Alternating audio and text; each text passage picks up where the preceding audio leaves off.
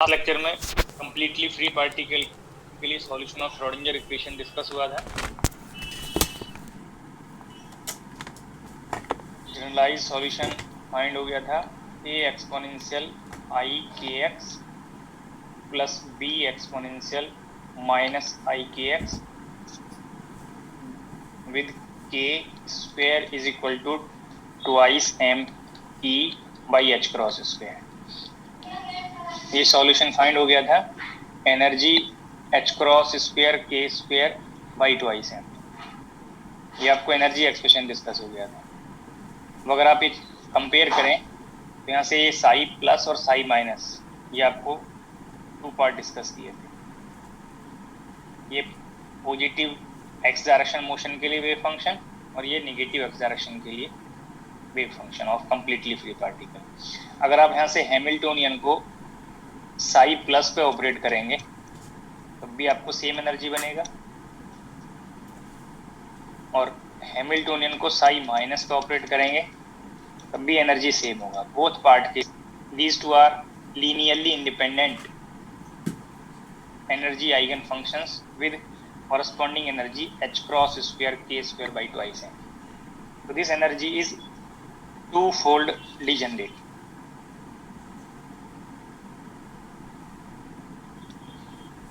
Two-fold degenerate eigenvalue. This energy for completely free particle, यहाँ पे अगर कंपेयर करें तो अगर पार्टिकल पॉजिटिव डायरेक्शन मोशन में मूव करेगा तो मोमेंटम की वैल्यू प्लस होगा, नेगेटिव डायरेक्शन में मूव करेगा तो मोमेंटम वैल्यू माइनस होगा। बट इस के की वैल्यू पे, जो यहाँ पे आप के यूज कर रहे हैं, के की वैल्यू पे कोई रेस्ट्रिक्शन नहीं।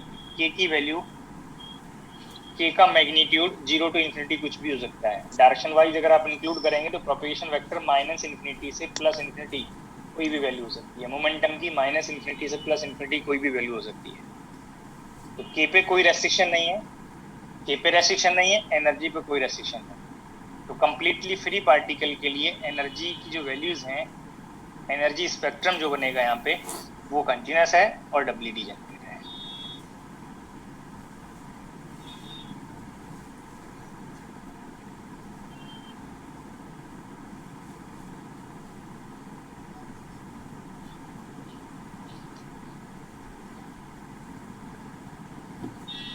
कंप्लीटली फ्री पार्टिकल के लिए एनर्जी स्पेक्ट्रम कंटिन्यूअस है, एनर्जी की वैल्यूज कंटिन्यूअस है, के पे कोई रेस्ट्रिक्शन नहीं, एनर्जी पे कोई रेस्ट्रिक्शन नहीं।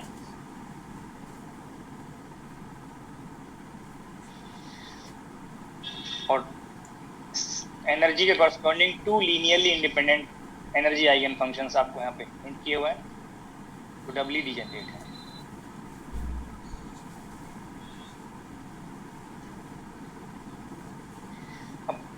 कंप्लीटली फ्री पार्टिकल की बात कर रहे थे, तो completely free particle can move to any position from minus infinity to plus infinity. यहाँ पर आप चेक कर सकते हैं, अगर आप साई प्लस मॉड स्क्वायर करें तो दिस टर्म साई प्लस है, इसका मॉड स्क्वायर करेंगे ये ए मॉड स्क्वायर बनेगा। A mod square means constant है, इंडिपेंडेंट ऑफ पोजीशन है।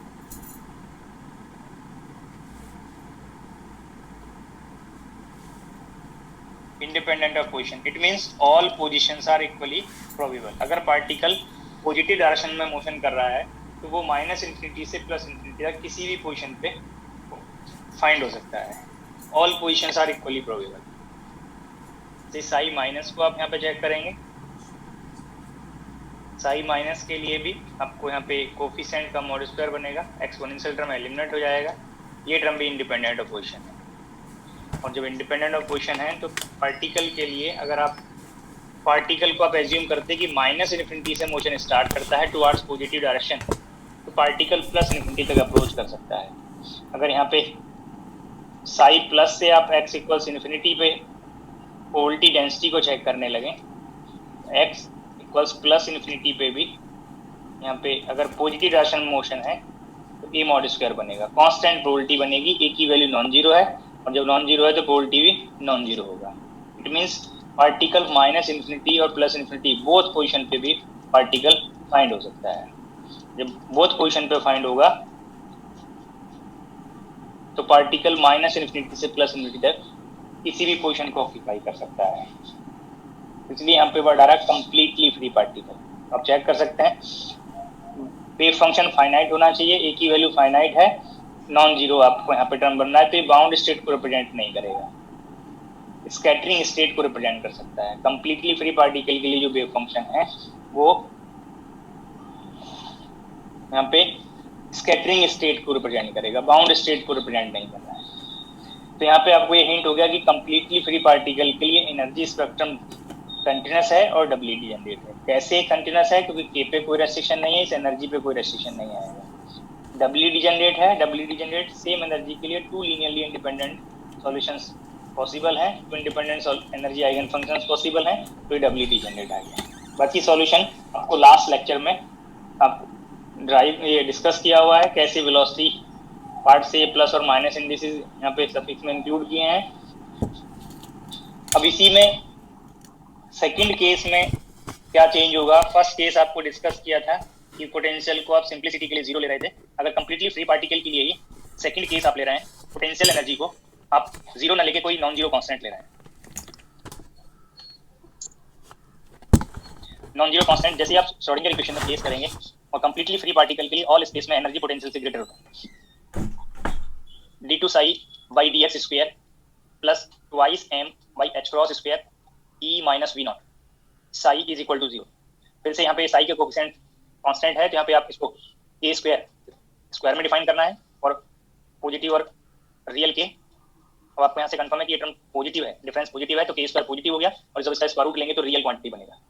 श्रोडिंगर इक्वेशन के सॉल्यूशन में आप कंपैरिजन कर सकते हैं, जो फर्स्ट केस था कंप्लीटली फ्री पार्टिकल के लिए, इस स्टेप पे श्रोडिंगर इक्वेशन में कोई चेंज नहीं है।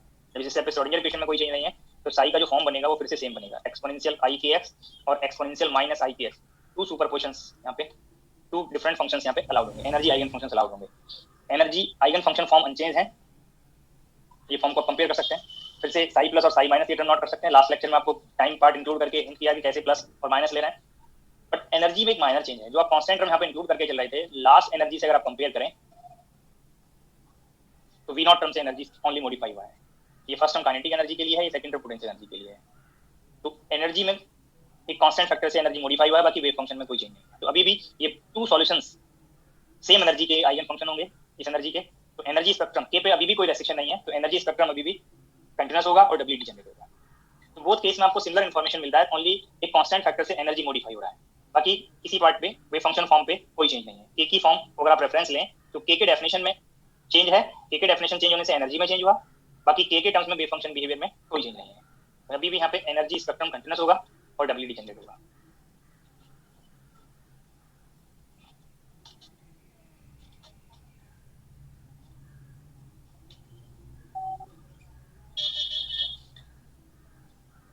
तो किसी फॉर्म के लिए वन डायमेंशनल पोटेंशियल के कॉरस्पॉन्डिंग सॉल्यूशंस बाउंड स्टेट को रिप्रेजेंट करेंगे, स्कैटरिंग स्टेट को रिप्रेजेंट करेंगे, एनर्जी स्पेक्ट्रम डिस्क्रीट होगा, कंटीन्यूअस होगा। ये कंपैरिजन करने के लिए आपको ये इस फॉर्म पे जाना है। वेव फंक्शन फॉर्म पे आप कंफर्म कर सकते हैं कि वेव फंक्शन स्कैटरिंग स्टेट को रिप्रेजेंट करता है या बाउंड स्टेट को रिप्रेजेंट करता है।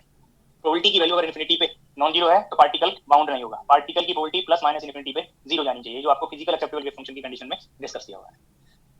तो ये इजीएस्ट केस था कंप्लीटली फ्री पार्टिकल।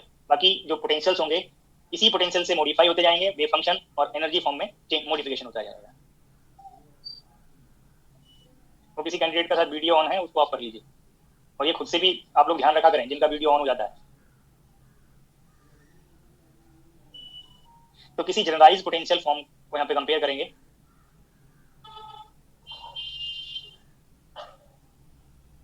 अगर आपको पोटेंशियल एनर्जी का कोई प्लॉट दिया हुआ है या आपको कोई एक्सप्रेशन दिया हुआ है, उसको आप प्लॉट कर सकते हैं।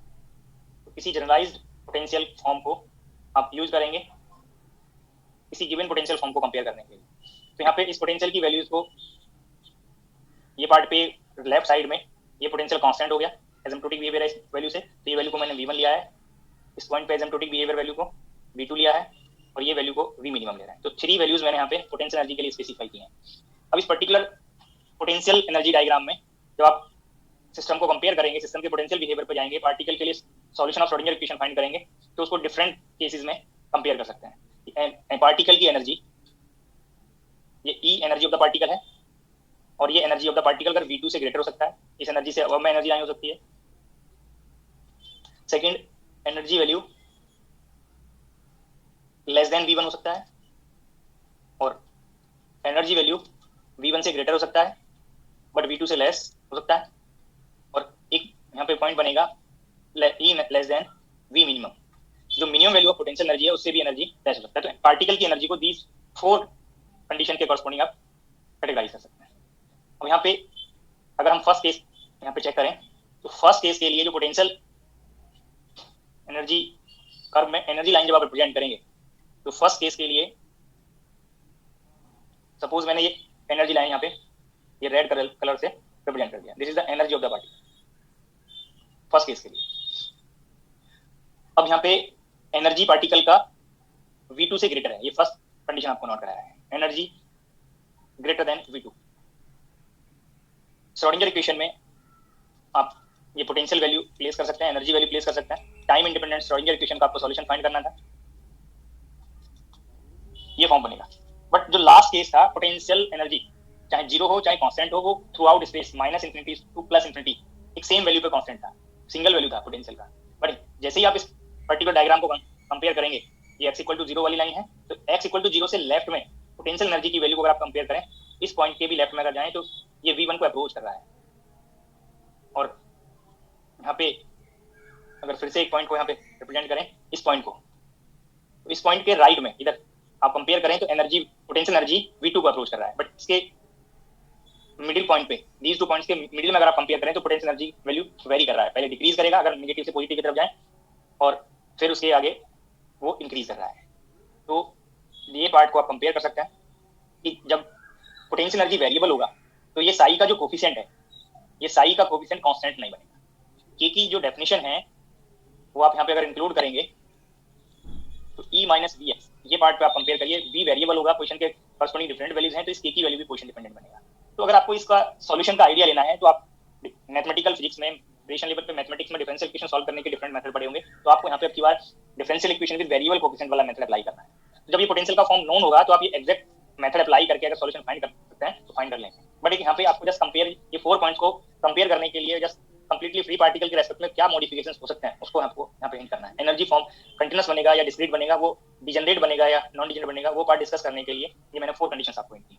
तो मैं सॉल्यूशन को डिस्कस नहीं करा कि सॉल्यूशन कैसे फाइंड करना है, जैसे अगर आप एनालॉजी करने लगे थोड़ी देर के लिए, मान लें कि पोटेंशियल का वेरिएशन स्मॉल था, तो इस जो फॉर्म को अगर हम कंपेयर करें ये पार्ट को, तो इस के में वेरिएशन आ जाएगा जो कांस्टेंट पार्ट ले रहे थे। बट अभी भी आप यहाँ पे चेक करें, अगर पार्टिकल को आपने माइनस इन्फिनिटी से प्लस इन्फिनिटी तक आप मूव करा रहे हैं, तो इस पोजीशन पे एनर्जी पोटेंशियल से ग्रेटर है। पार्टिकल के लिए जो सॉल्यूशन बनेगा, देखो कब डिकेइंग बनेगा, कब आपको जो वेव फंक्शन है वो प्लेन वेव फॉर्म में मॉडिफिकेशन होगा, बट वो स्कैटरिंग स्टेट को रिप्रेजेंट करेगा। तो अगर यहाँ पे आप कंपेयर करें, अगर के की वैल्यू ये के स्क्वायर टर्म पॉजिटिव होगा तो ये टर्म की वैल्यू रियल बनेगी, और जब ये रियल बनेगी तो इस पार्ट में एक्सपोनेंशियल में आई का टर्म प्रेजेंट रहेगा, और आई का टर्म प्रेजेंट होने से इन्फिनिटी पे वैल्यू जब मॉड स्क्वायर की वैल्यू फाइंड करेंगे तो जरूरी नहीं कि वो वहाँ पे 0 है।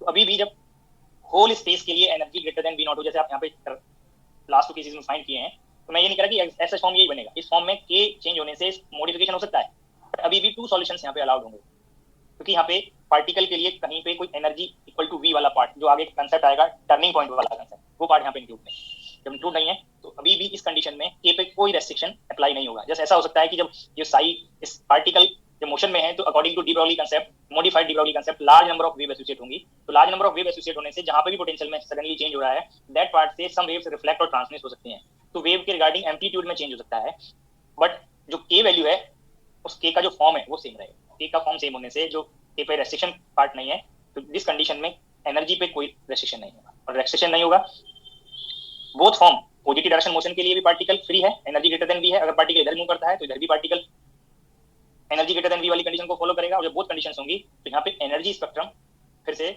कंटीन्यूअस बनेगा और डब्ल्यू जनरेट बनेगा। Energy spectrum is continuous and W generate, जो इसका एक पर्टिकुलर केस इस कंडीशन का कंप्लीटली फ्री पार्टिकल आपको डिस्कस किया। बोथ सॉल्यूशंस अलाउड होंगे, पॉजिटिव डायरेक्शन मोशन वाला भी और नेगेटिव डायरेक्शन मोशन वाला भी। यहाँ पे अगर पार्टिकल माइनस इन्फिनिटी से इस डायरेक्शन में मूव करता है तो ये पार्टिकल माइनस इन्फिनिटी तक अप्रोच कर सकता है, और अगर पार्टिकल आप इधर मूव करा रहे हैं तो ये particle plus infinity minus infinity तक मूव कर सकता है, ये पार्टिकल प्लस इन्फिनिटी तक मूव कर सकता है। तो कहीं पे कोई पार्टिकल पे रेस्ट्रिक्शन अप्लाई नहीं हुआ, पार्टिकल एक तरह से like a completely free particle move करेगा। Probability of finding the particle minus infinity पे और प्लस इन्फिनिटी पे नॉन जीरो आएगा, जब नॉन जीरो होगा तो पार्टिकल माइनस इन्फिनिटी से प्लस इन्फिनिटी कोई भी पोजीशन को ऑक्यूपाई कर सकता है। तो रियलिटी और रियल पार्ट के लिए यहाँ पे के पे कोई रेस्ट्रिक्शन नहीं है, और जो रेस्ट्रिक्शन नहीं है तो एनर्जी स्पेक्ट्रम पे कोई रेस्ट्रिक्शन नहीं होगा, इसलिए कंटीन्यूअस करैक्टर है, और बहुत सॉल्यूशन अलाउड होने से वो डब्ल्यूटी जनरेट है। अब इसी पार्ट में अगर सेकंड कंडीशन को हम चेक करें, सेकंड कंडीशन के लिए एनर्जी लाइन, देखो पार्टिकल की एनर्जी होगी कोई एक ही कंडीशन में, पर मैं यहाँ पे और रिमेनिंग जो कंडीशन उनको एक्सप्लेन करने के लिए हो सकता है कि एनर्जी पार्टिकल का V2 से लेस हो बट V1 से ग्रेटर हो। ये फर्स्ट केस के लिए एनर्जी एज्यूम किया था, ये सेकंड केस के लिए एनर्जी लाइन एज्यूम कर रहा है। तो ये ऐसा नहीं कि आपको एक ही एनर्जी को कंसीडर करना है एक पर्टिकुलर केस के लिए जो आप कंपेयर करेंगे, बट यहाँ पे मुझे फिर से बार बार आपको डायग्राम ड्रॉ करना पड़ेगा, तो मैं एक ही डायग्राम में ये पॉसिबल एनर्जी फॉर्म कंसीडर करके क्या एनर्जी ले रहे हैं वो पर्टिकुलर केस मैंने आपको फिर से डायग्राम में प्रेजेंट कर दिया। तो सेकंड केस में जो एनर्जी पार्टिकल का होगा, इस एनर्जी के लिए ये कंडीशन फुलफिल हो रहा है। सॉरी मैंने नीचे होगा ना, हाँ ओके, ये थर्ड के लिए बन गया, ये थर्ड के लिए, मैं सेकंड के लिए और फिर से ड्रॉ कर दे रहा हूँ। ये V1 से लेस है सेकंड के लिए, तो मैंने ये एनर्जी लाइन लिया, V1 से लेस है, बट इसी में एक पार्ट और नोट कर लेंगे कि V मिनिमम से ग्रेटर होना चाहिए। ये सेकंड, और जो सेकंड कंडीशन थी ये मैं फिर से यहाँ पे V मिनिमम से ग्रेटर है।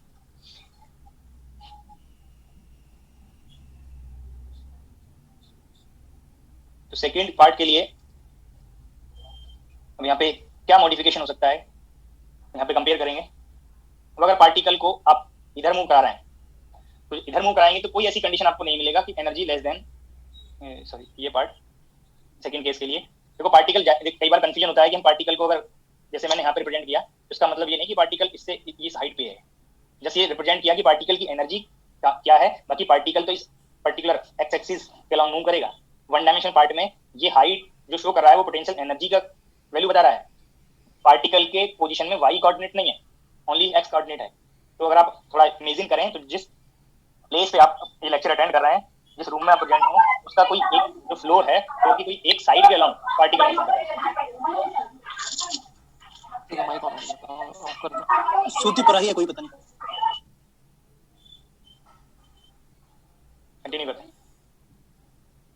कंटिन्यू करते हैं। तो मैं अभी आपको हिंट कर रहा था कि वन डायमेंशन मोशन को आप मल्टी डायमेंशन में मिक्स ना करें। जहां जिस फ्लोर पे आप हैं उस फ्लोर के किसी एक साइड के अलॉन्ग पार्टिकल मोशन कर रहा है तो होगा उसी फ्लोर पे, बट एक ही डायरेक्शन में मोशन करना है, अनदर साइड को उसमें कंसीडर नहीं करना, तो उस फ्लोर से जंप नहीं करेगा पार्टिकल। जो भी मैंने आपको यहाँ पे हिंट किया, जैसे ये एनर्जी की वैल्यू बताएगा कि एनर्जी इस फ्लोर के रेस्पेक्ट में कितना हायर है, कितना लोअर है, कितना वैल्यू को वहाँ पे पार्टिकल की एनर्जी कॉरस्पॉन्डिंग लाइन हम रिप्रेजेंट करें। तो ये जो आपको मैंने लाइन शो किया है पार्टिकल की एनर्जी के लिए, बट पार्टिकल होगा इसी लाइन के अलॉन्ग। तो अगर पार्टिकल इस साइड मोशन करेगा तो पार्टिकल की एनर्जी के लिए एक पॉइंट आपको ये यहाँ पे पोटेंशियल एनर्जी कर्व को इंटरसेक्ट करेगा। अगर पार्टिकल इधर मोशन करता है तो इसके लिए एक इंटरसेक्शन पॉइंट एनर्जी लाइन और पोटेंशियल के लिए ये पार्ट बनेगा। तो इस कंडीशन में 2 इंटरसेक्शन पॉइंट्स हैं, मैंने पॉइंट्स को रिप्रेजेंट कर दिया, इसको x1 और इसको x2 सेकंड केस के लिए। अब अगर यहाँ पे हम कंपैरिजन करें for x lies between x1 to x2, इस रीजन में आप कोई भी पॉइंट कंसीडर करिए x की किसी भी वैल्यू के लिए। इस कंडीशन में सपोज आपने x का ये वैल्यू कंसीडर कर लिया, और इस पर्टिकुलर x के लिए आप एनर्जी लाइन को कंपेयर करिए, ये एनर्जी वैल्यू और पोटेंशियल एनर्जी बोथ कर्व में आप कंपेयर करें, ये एनर्जी लाइन एनर्जी की वैल्यू इस हाइट पे होगा और पोटेंशियल एनर्जी इस हाइट पे है। तो आप कंपेयर कर सकते हैं कि एनर्जी पोटेंशियल से ग्रेटर है या लेस है।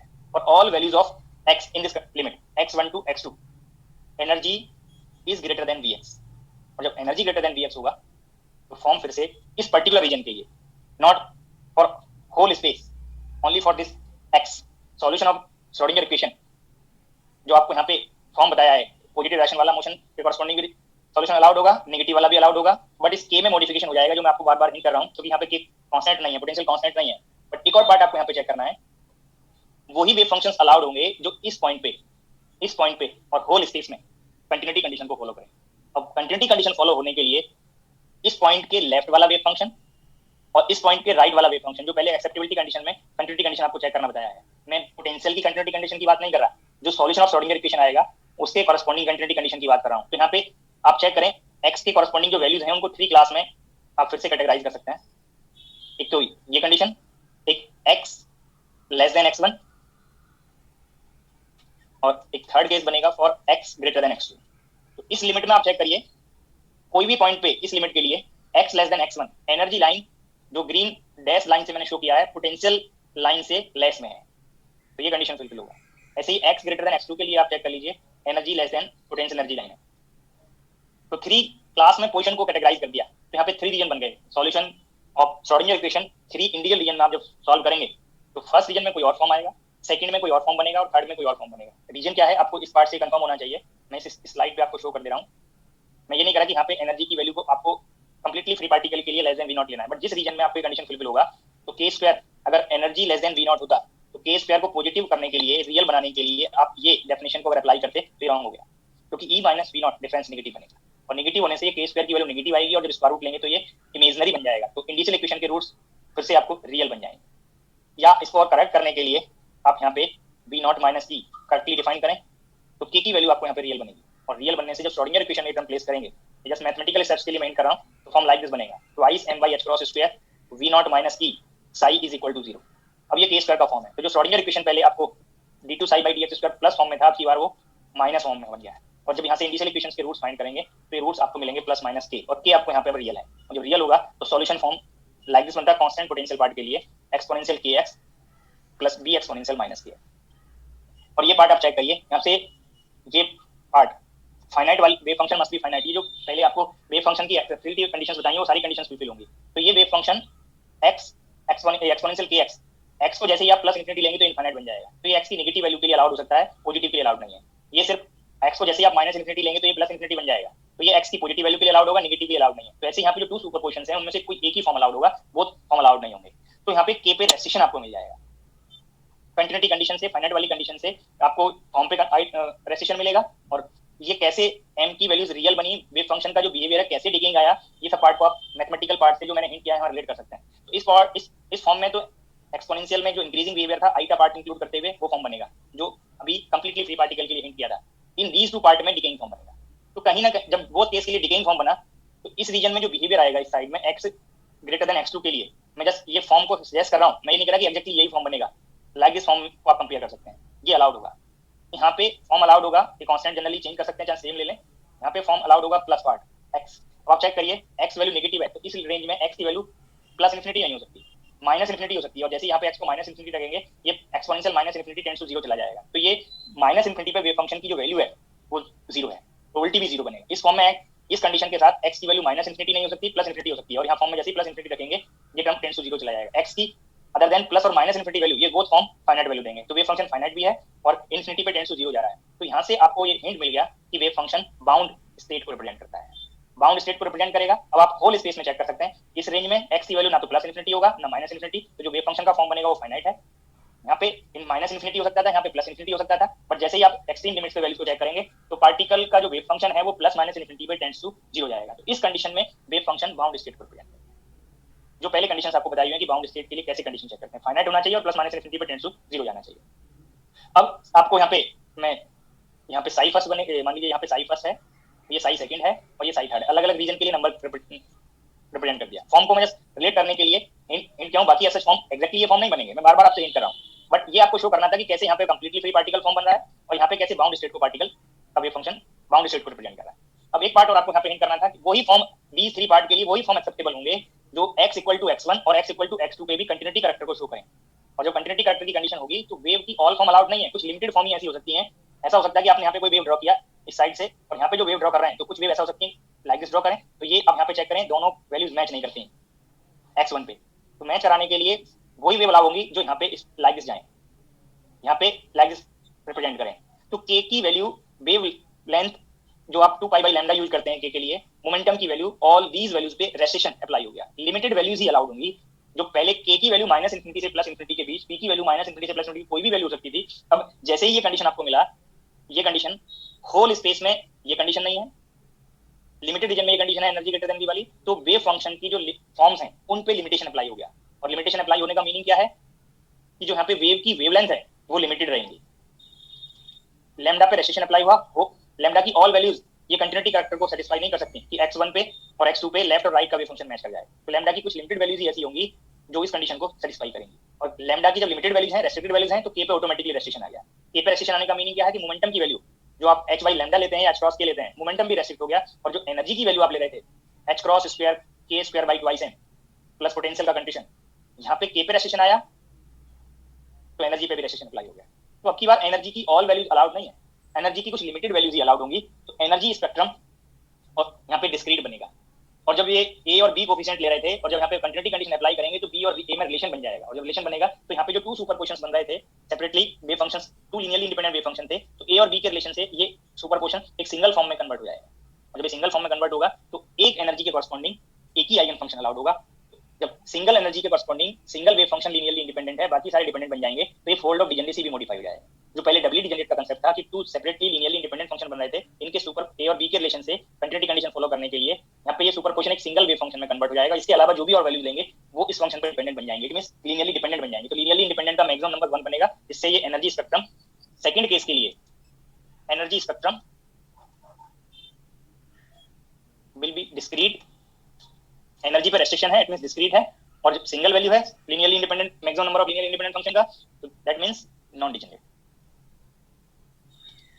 डिस्क्रीट होगा और नॉन डिजेनरेट होगा। और जितने भी वन डायमेंशनल केसेस आप पढ़ेंगे, अगर आप पोजीशन स्पेस की वजह से जो एनर्जी का कंडीशन निकाल रहे हैं और आइगन फंक्शन ले रहे हैं, अगर वहां पे आप कोई स्पिन पार्ट इंक्लूड नहीं कर रहे हैं या कोई और ऐसा कोऑर्डिनेट वहां पे इंक्लूड नहीं कर रहे हैं जिससे डिजेनरेसी मॉडिफाई हो, तो एनर्जी स्पेक्ट्रम नॉन डिजेनरेटिव बनेगा। चाहे आप जो भी पोटेंशियल फॉर्म आगे पढ़ें, अगर वहां पे पार्टिकल बाउंड स्टेट को रिप्रेजेंट करता है, एनर्जी स्पेक्ट्रम डिस्क्रीट बनेगा और नॉन डिजेनरेट बनेगा। अगर वहां पे स्पिन इंक्लूड कर लेंगे तो स्पिन के कॉरस्पॉन्डिंग डिजेनरेसी इंक्लूड हो सकती है।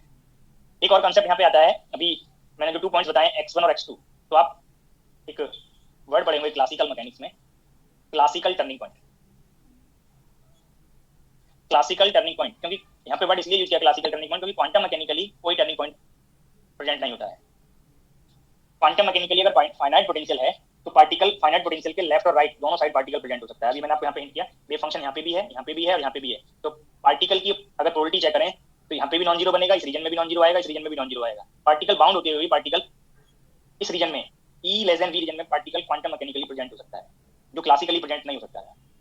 तो पार्टिकल की जब प्रोबेबिलिटी नॉन जीरो है तो पार्टिकल के चांसेस वहां पे ऑब्जर्व होने के हैं, पार्टिकल के फाइंड होने के वहां पे नॉन जीरो चांसेस हैं। तो इसलिए quantum mechanically particle minus infinity से प्लस इन्फिनिटी के बीच अलाउड हो सकता है, बट प्लस इन्फिनिटी और माइनस इन्फिनिटी पे नहीं है।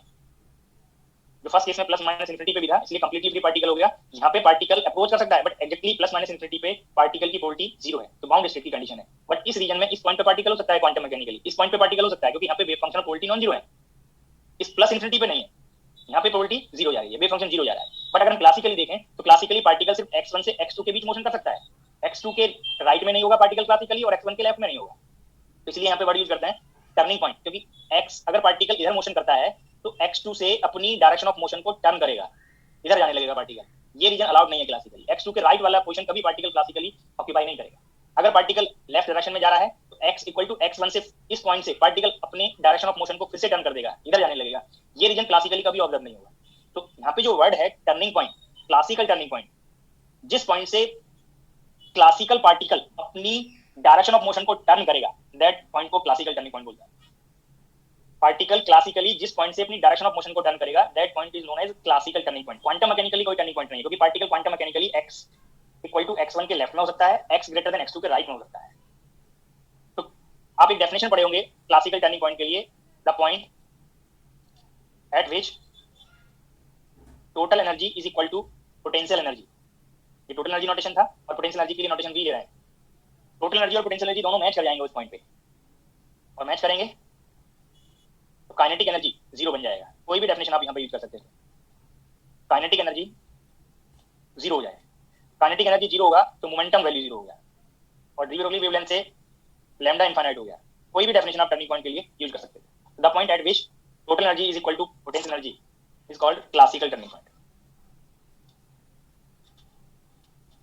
तो जब पार्टिकल की मोशन रेस्ट्रिक्टेड होगी, अगर E ग्रेटर देन V, देखो बाउंड चेक करने के लिए एक और पॉइंट आपको कंफर्म हो गया कि जो E greater than V point है, मैं ये हिंट कर रहा हूँ कि जनरली कैसे चेक कर सकते हैं। अगर वेव फंक्शन फॉर्म को आप ना फाइंड करके पोटेंशियल एनर्जी पार्ट से ही चेक करना हो, एनर्जी और पोटेंशियल के कंपैरिजन से, तो not for 100% problem, for more than 90% problem आप ये लाइक दिस कंडीशन से सेलेक्ट कर सकते हैं। अगर पार्टिकल किसी पर्टिकुलर डायरेक्शन में मोशन करता है, अगर ये E greater than V limited region के लिए है, होल स्पेस के लिए नहीं है,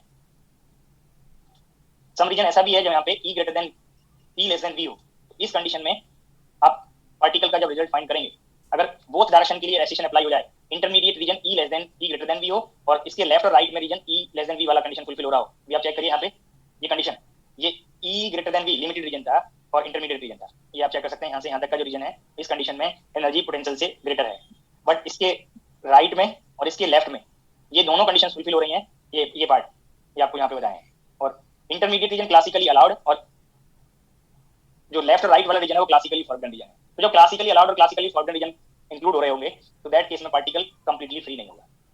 ये पॉइंट को चाहे तो नोट भी कर सकते हैं। जब आप कोई मोशन लेते हैं पार्टिकल का तो टोटल एनर्जी को आप नोट करते हैं kinetic energy plus potential energy, और क्लासिकल केस में आप ये डेफिनेशन काइनेटिक एनर्जी फाइंड करने के लिए total energy minus potential energy लेते हैं। अगर E less then potential energy हो जाए तो काइनेटिक एनर्जी नेगेटिव बने, और नेगेटिव होने से ये मीनिंगलेस है। तो जो रीजन में ये काइनेटिक एनर्जी नेगेटिव आएगा that region is known as classically forbidden region. Classically forbidden region. और जिस रीजन में काइनेटिक एनर्जी पॉजिटिव होगा that region is known as classically allowed region. तो अगर होल स्पेस क्लासिकली अलाउड नहीं है, जब होल स्पेस क्लासिकली अलाउड नहीं है इट मींस माइनस इन्फिनिटी से प्लस इन्फिनिटी के लिए ये कंडीशन फुलफिल नहीं है, तब पार्टिकल कंप्लीटली फ्री नहीं होगा। जो अभी आपको लास्ट सेकंड केस में ये हिंट किया है। अब ये चेक करिए, ये E greater then B classically allowed reason की जो लिमिट है वो x greater then x1 but less than x2 के लिए, x lies between x1 to x2 के लिए है, और यहाँ पे आपको ये पॉइंट शो किए हुए हैं। ये कोई वायलेट नाम से जुड़े हैं। एक बार अपने को अनम्यूट करके अपना नेम बताइए। वायलेट ना नाम बता रहे हैं या मैं आपको यहाँ से रिमूव करूं? सर मैंने समीक्षा नाम से किया था, पता नहीं कैसे चेंज हो गया। ऐसे कैसे हो सकता है? समीक्षा कामड़ी से किया था सर। आपका रजिस्ट्रेशन नंबर कितना है? पता नहीं था, याद नहीं है। देख के बोल दीजिए। आप रजिस्टर्ड कैंडिडेट हैं? अभी तक मेरा समीक्षा कामड़ी से ही था सर अभी तक। कोई बात नहीं, मैं पूछ रहा हूँ आपने यहाँ पे रजिस्ट्रेशन कराया हुआ है कोचिंग में? जी सर। किस डेट को कराया था? मैंने 12 तारीख को कराया था, 12 जनवरी को। जनवरी को? जी सर। मेरा लास्ट लेक्चर में मैंने क्या पढ़ाया था?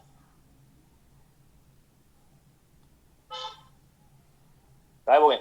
Equation of matter in quantum mechanics कल का लेक्चर। और उससे पहले में बोलिए। कल का किया था सर। उससे पहले का नहीं किया? नहीं सर।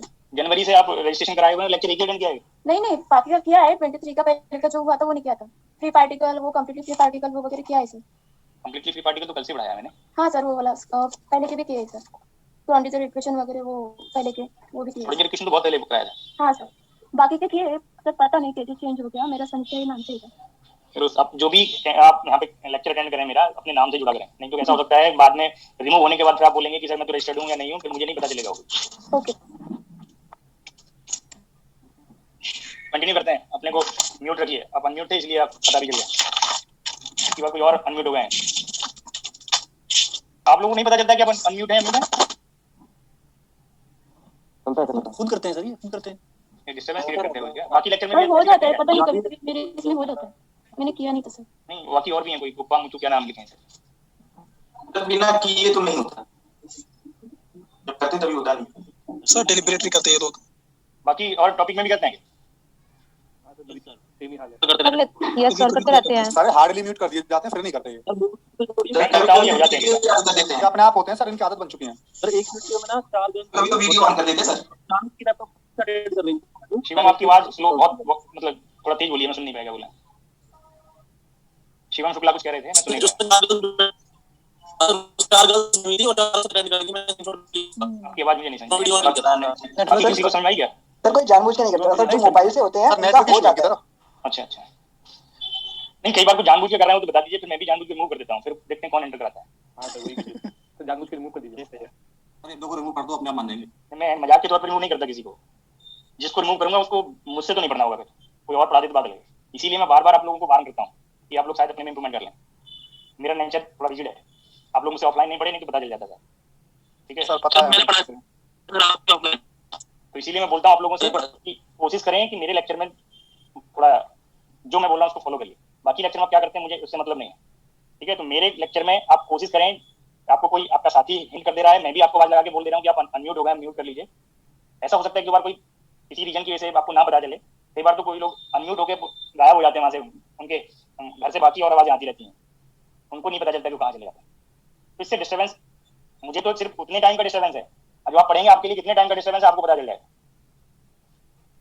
स्टार्टिंग के लेक्चर्स में ही मैं आप लोगों को ये हिंट किया था, फिर से पर डे कोई ना कोई डिस्टर्बेंस आप लोग करते जाते हैं।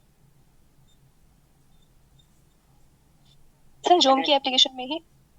हाँ जी बोलिए। सर मैं ये कह रही थी कि जूम की एप्लीकेशन में सेटिंग है, वहाँ अगर हम ऑफ कर देते हैं तो हम कभी देखो आप अनम्यूट लोग मतलब म्यूट वहाँ पे सेटिंग कराई हुई है, ये भी कि आप जैसे एंटर करेंगे आप खुद से म्यूट हो जाएंगे। मैं भी कई बार यहाँ पे म्यूट ऑल करता हूँ, पता नहीं नेटवर्क इशू होता है क्या होता है, कई बार म्यूट करने के बाद उसका इफेक्ट या तो होता ही नहीं है, बहुत देर बाद होता है, तो काफी डिस्टर्बेंस हो जाता है तब तक। तो मैं, और ऐसा भी होता है, मैं जब से ऑनलाइन पढ़ा रहा हूँ मुझे कुछ लेक्चर्स में ये खुद से फील होता है कि मुझसे कुछ मिस्टेक हो जाती है, ठीक है, ऑफलाइन में बहुत रेयर केस में मुझसे मिस्टेक होता था। तो ये सब चीजों से मेरा भी कंसंट्रेशन चेंज होता है डिस्टर्बेंस होने से ना, तो उसका इफेक्ट आप ही लोगों को होना है। कई बार मुझे पता चल जाता है कि मुझसे कुछ गलत नोट हो गया, बोला करेक्ट, या कई बार होता है बोल भी गलत सकता हूँ, कोई वर्ड गलत भूल जाए या स्टेटमेंट गलत हो जाए, तो उससे आप लोगों का लॉस होना है। जितना मैं कंसंट्रेट रहूंगा उतना आपके लिए अच्छा है। इससे कई बार होता है कोई मैसेज करता है तो उसको भी देखना पड़ जाता है कि कहीं ऐसा तो नहीं, कहीं कोई प्रॉब्लम हो रहा हो या मुझसे मिस्टेक हो रहा हो, तो बहुत सारे डिस्टर्बेंसेस होते हैं। अब यहाँ पे आप अनम्यूट होकर या कोई और भी अननेसेसरी का डिस्टर्बेंस करेंगे तो उससे तो और प्रॉब्लम बढ़ना है। तो कोशिश करें आप लोग थोड़ा खुद से मैनेज करने का, क्योंकि हर सारी चीजों को अगर टीचर ही मैनेज करेगा तो उसका पढ़ाई पे फिर इतना फोकस नहीं रहेगा। और टाइम अभी आपको लग रहा होगा कि टीचर का टाइम जा रहा है, वो टाइम आप लोगों का ज्यादा जा रहा है। ये उपाध्याय कुछ बोलना है क्या?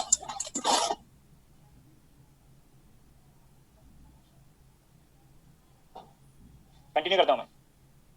Okay sir. तो आपको यहाँ पे मैंने 2 रीजन्स, क्लासिकली अलाउड और क्लासिकली फॉरबिडन रीजन को यहाँ पे हिंट करा था कि डिफरेंट वे हैं जिनसे आप चेक कर सकते हैं कि पार्टिकल का जो वेव फंक्शन है बाई सॉल्विंग श्रोडिंगर इक्वेशन क्या फॉर्म आया, तब तो अप्लाई कर लेंगे फिजिकली एक्सेप्टेबल वेव फंक्शन की कंडीशन की बाउंड स्टेट है या स्कैटरिंग स्टेट है। बट कई बार आप श्रोडिंगर इक्वेशन के सॉल्यूशन के अलावा भी आप ये चेक कर सकते हैं कि पार्टिकल का जो सॉल्यूशन का फॉर्म बनेगा वो बाउंड स्टेट को रिप्रेजेंट करेगा या स्कैटरिंग स्टेट को रिप्रेजेंट करेगा।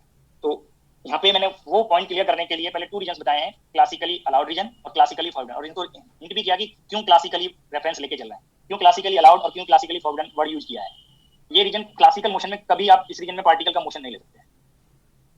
इस रीजन में आप क्लासिकल मोशन पढ़ते हैं, इसलिए वर्ड क्लासिकल आया है यहाँ पे। क्वांटम मैकेनिकली ये टर्निंग पॉइंट का या अलाउड और फॉरबिडन का रेफरेंस इसलिए नहीं लिया क्योंकि पार्टिकल नेचर को इंक्लूड नहीं कराना ऑल टाइम। जब वो वेव नेचर लेगा तो वेव नेचर में टनलिंग पार्ट हो सकता है जिससे वेव किसी क्लासिकल फॉरबिडन रीजन में टनल कर सकता है, जो टनल करेगा तो वहां पे प्रोबेबिलिटी फिर से नॉन जीरो हो सकती है। उस पर्टिकुलर जो क्लासिकली फॉरबिडन रीजन है उसमें वो पेनिट्रेट कर सकती है वेव, तो पेनिट्रेट करेगी तो वहां पे पार्टिकल का वेव फंक्शन जो वैल्यूज कैलकुलेट करेंगे वेव फंक्शन प्रोबेबिलिटी डेंसिटी की, तो वो नॉन जीरो आ सकती है। जो नॉन जीरो होंगी दैट रीजन में, तो पार्टिकल वेव फंक्शन से आप यहाँ पे इन्फॉर्मेशन ले रहे हैं तो पार्टिकल उस टाइम पे उस रीजन में प्रेजेंट होगा, और प्रेजेंट होगा तो आप ये नहीं कह सकते कि पार्टिकल वहां पे नहीं। इसलिए क्वांटम मैकेनिकली पार्टिकल उस रीजन में, इस रीजन में हो सकता है, जब होगा तो फॉरबिडन रीजन नहीं होगा, क्वांटम मैकेनिकली। क्लासिकली नहीं हो सकता, क्वांटम मैकेनिकली हो सकता है, इसलिए क्लासिकली रेफरेंस है, ये क्वांटम मैकेनिकल रेफरेंस नहीं है।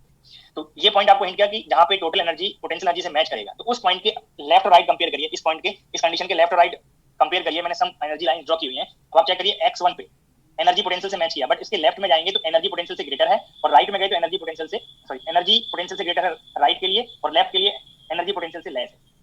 तो ये कॉमन पॉइंट है 2 रीजन का, जिस पॉइंट से पार्टिकल अपनी डायरेक्शन ऑफ मोशन को टर्न करेगा।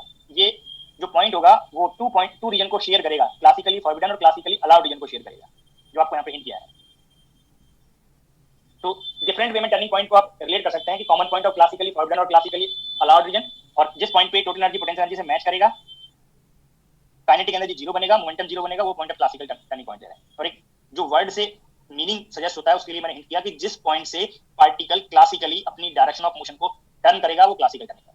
तो अगर पार्टिकल इस सेकंड रीजन में पार्टिकल के मोशन को कंपेयर करें, तो अगर पार्टिकल यहाँ पे इस रीजन में जब इस कंडीशन के लिए, सेकंड कंडीशन के लिए पार्टिकल अपना मोशन स्टार्ट करेगा अलाउड रीजन से, तो अलाउड रीजन है x1 टू x2 के बीच में कहीं पार्टिकल हो सकता है। जब जिस रीजन में पार्टिकल होगा, जो भी आपको हिंट किया, अगर पार्टिकल इधर जाता है तो वो इस पॉइंट को फेस करेगा, और फेस करने से अलाउड रीजन में पार्टिकल ने मोशन स्टार्ट किया तो राइट में उसको ये क्लासिकली फॉरबिडन रीजन फेस हो रहा है। अब क्लासिकली पार्टिकल यहाँ पे नहीं जा सकता, जब नहीं जाएगा तो यहाँ से अपने डायरेक्शन ऑफ मोशन को टर्न करेगा, इधर जाएगा पार्टिकल। फिर से सेम मीनिंग है, जब वो x इक्वल टू x1 पे होगा तो फिर इसके लेफ्ट में क्लासिकली फॉरबिडन रीजन है। अगर क्लासिकली फॉरबिडन रीजन के मिडिल में क्लासिकली अलाउड रीजन होगा, it means classical region restrict होगा टू क्लासिकली फॉरबिडन रीजन से, तो पार्टिकल का जो मोशन है वो बाउंड होगा। वो आप यहाँ पे चेक कर सकते हैं इन पॉइंट से। अगर पॉजिटिव डायरेक्शन और negative direction motion, both direction of motion के लिए टर्निंग पॉइंट मिलेंगे तो पार्टिकल बाउंड होगा। अगर बोथ डायरेक्शन के लिए पॉजिटिव x डायरेक्शन और नेगेटिव x डायरेक्शन दोनों साइड के लिए टर्निंग पॉइंट अगर प्रेजेंट है, जो आपको यहाँ पे प्रेजेंट है, चेक करिए x1 और x2 टर्निंग पॉइंट है, तो पार्टिकल का जो वेव फंक्शन होगा वो बाउंड स्टेट को रिप्रेजेंट करेगा। और जैसे ही बाउंड स्टेट आएगा, बाउंड स्टेट होने से कंटिन्यूटी कंडीशन यहाँ पे तभी फुलफिल होगा जब लैम्डा रेस्ट्रिक्ट हो जाए और k रेस्ट्रिक्ट हो जाए, मोमेंटम रेस्ट्रिक्ट हो जाए, इट मींस एनर्जी भी रेस्ट्रिक्ट होगा, तो डिस्क्रीट बनेगा और नॉन डिजनरेट बनेगा। एक्सक्यूज मी सर, हाँ जी सर डाउट ले सकता हूँ सर अभी? बोलिए सर जैसे हम क्लास सर जो कंजर्वेशन ऑफ एनर्जी का सर कॉन्सेप्ट है वो तो क्लासिकल और क्वांटम दोनों में ही एप्लीकेबल है, तो सर जी बिल्कुल एप्लीकेबल है। तो सर फिर हम हाँ उसको यूज यहाँ पे कंजर्वेशन जो हम अप्लाई करते हैं, कंजर्वेशन टोटल एनर्जी पे लेते हैं, तो टोटल एनर्जी तो यहाँ पे कंजर्व है, अभी भी कंजर्वेटिव फोर्सेस के लिए टोटल एनर्जी कंजर्व है, क्लासिकल में भी क्वांटम में भी। ये सर तो फिर से कंजर्वेशन से क्या डाउट हुआ बताइए सर डाउट ये था कि सर जैसे हम E less than V not वाला केस पॉसिबल लेते हैं तो उसमें मतलब जैसे ऐसे होता है कि हमारा जो सर एनर्जी है वो पोटेंशियल से भी कम है और फिर भी पार्टिकल टोटल एनर्जी पोटेंशियल से लेस है but not in whole space in a particular region. हाँ सर तो फिर वो जैसे मतलब उसमें एनर्जी कंजर्वेशन वायलेट नहीं होगा सर मतलब हम ज्यादा आपको मैं वही बोला, मैंने स्टार्टिंग में हिंट किया कि कंजर्वेशन टोटल एनर्जी के लिए, आप कंजर्वेशन काइनेटिक एनर्जी पे अप्लाई कर रहे हैं। कंजर्वेशन का मीनिंग क्या है कि पार्टिकल की जो एनर्जी है, total energy, not potential energy, not kinetic energy, total energy must be independent of time. Clear हुआ? ये sir must be independent of time. और पार्टिकल मोशन कर रहा है तो डिफरेंट टाइम पे डिफरेंट पोजीशन को ऑक्यूपाई कर सकता है। अब आप ये बताइए, मैंने ये ग्रीन लाइन शो किया, ये सर ये कांस्टेंट है कि नहीं है? ये सर कांस्टेंट कंजर्व है कि नहीं है? मतलब sir kinetic energy negative allowed है क्वांटम में, ये क्या मतलब है सर इसका ना? हम पार्टिकल को चेक करना चाह रहे हैं कहां पे है, तो उसमें काइनेटिक एनर्जी रिक्वायर्ड ही नहीं है फाइंड करने के लिए क्वांटम मैकेनिक्स में, क्लासिकल में रिक्वायर्ड है। Okay sir, okay, thank you. हम वेव फंक्शन से निकालना है ना, साई मॉड स्क्वायर से पार्टिकल को चेक करें कहां है पार्टिकल, उसकी काइनेटिक एनर्जी चाहे कुछ भी हो, हमें तो साई मॉड स्क्वायर से चेक करना है ना। हम एनर्जी के फंक्शन फाइंड कर रहे हैं, यहाँ पे काइनेटिक एनर्जी के आइगन फंक्शन थोड़ी फाइंड कर रहे हैं। सॉल्यूशन ऑफ श्रोडिंगर इक्वेशन में हम total energy eigen function find कर रहे हैं, वो काइनेटिक एनर्जी का हो भी सकता है और नहीं भी। क्लियर हुआ? Yes sir. दोनों के मेथड सेम है, कंपैरिजन आप इसलिए सेम वे में नहीं कर सकते। तो अभी मैंने 2 केसेस बताए कि जैसे जैसे आप रेस्ट्रिक्शन अप्लाई करते जाएंगे पोटेंशियल की फॉर्म से, तो वेव फंक्शन के फॉर्म पे रेस्ट्रिक्शन आता जाएगा, उनके वेवलेंथ पे रेस्ट्रिक्शन आता जाएगा, एनर्जी रेस्ट्रिक्ट होता जाएगा, डिस्क्रीट हो जाएगा। इसी में थर्ड केस पढ़ते हैं। थर्ड केस के लिए आपको V1 से V2 के बीच एनर्जी लाइन, जो मैंने आपको यहाँ पे पहले ही ड्रॉ किया हुआ है थर्ड केस के लिए। जब थर्ड केस में फिर से चेक करेंगे कि पार्टिकल सपोज यहाँ पे है, यहाँ पे आप चेक कर सकते हैं पार्टिकल इस पर्टिकुलर पोजीशन पे अगर पार्टिकल है तो इस पर्टिकुलर पोजीशन के लिए पार्टिकल की एनर्जी इस हाइट पे है और पोटेंशियल इस हाइट पे है, तो एनर्जी पोटेंशियल से ग्रेटर है।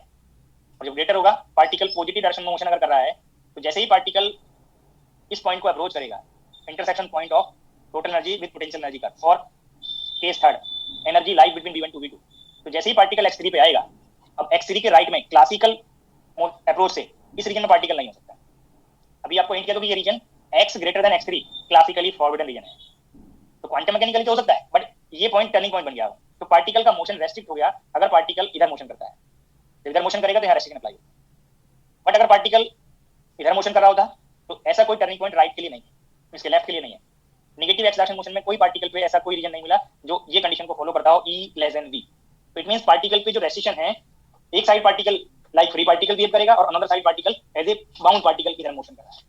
प्लस इन्फिनिटी पे पार्टिकल वेव का वेव फंक्शन 0 हो जाएगा, बट माइनस इन्फिनिटी पे पार्टिकल का वेव फंक्शन नॉन जीरो बनेगा। तो ये मिक्स केस बोलेंगे इसको, ना तो पार्टिकल बाउंड है और ना ही पार्टिकल फ्री है, एक पर्टिकुलर डायरेक्शन के लिए बाउंड है और एक पर्टिकुलर डायरेक्शन के लिए फ्री है। तो this is a mix case. Third जो केस है वहां पे अभी आपको मैंने एक्सप्लेन किया। अब आप थर्ड केस में रीजन वाइज एनर्जी और पोटेंशियल को कंपेयर कर सकते हैं।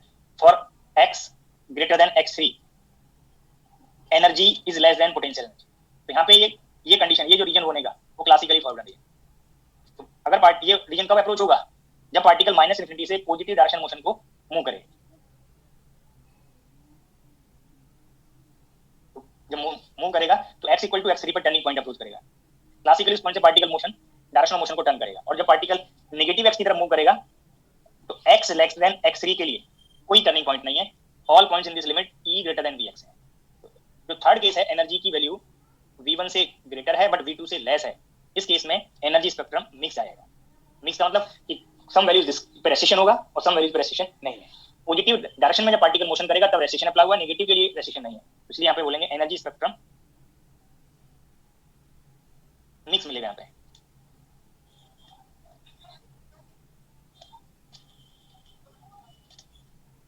कंटीन्यूअस और डिस्क्रीट का यहाँ पे मिक्सचर मिलेगा, तो ये मिक्स केस है।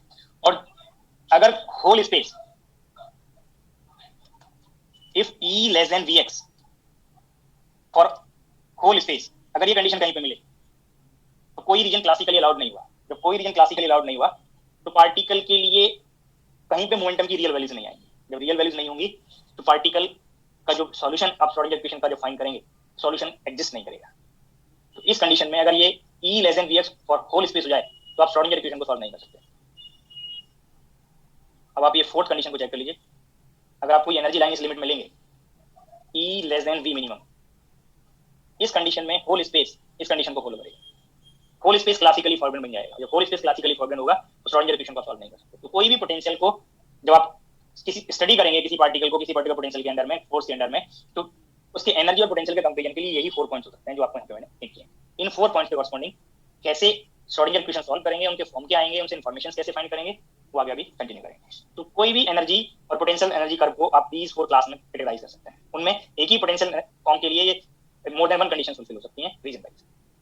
तो अगर होल स्पेस इस लिमिट में आता है तो यहाँ पे आपको श्रोडिंगर इक्वेशन सॉल्व नहीं होगा। जब सॉल्व नहीं होगा उससे कोई इन्फॉर्मेशन आपको फाइंड नहीं होगा, तो पार्टिकल को इस कंडीशन में स्टडी नहीं कर सकते अगर होल स्पेस क्लासिकली सॉल्व हो जाए। इट मींस चाहे एक वेरी स्मॉल रीजन मिले, उस रीजन में पार्टिकल क्लासिकली अलाउड रीजन की कंडीशन में अगर मोशन करेगा तभी आप पार्टिकल को स्टडी कर सकते हैं। होल स्पेस क्लासिकली अलाउड हो सकता है, एक लिमिटेड रीजन में क्लासिकली पार्टिकल अलाउड मोशन में मोशन कर सकता है, but whole space classically forbidden नहीं होना चाहिए।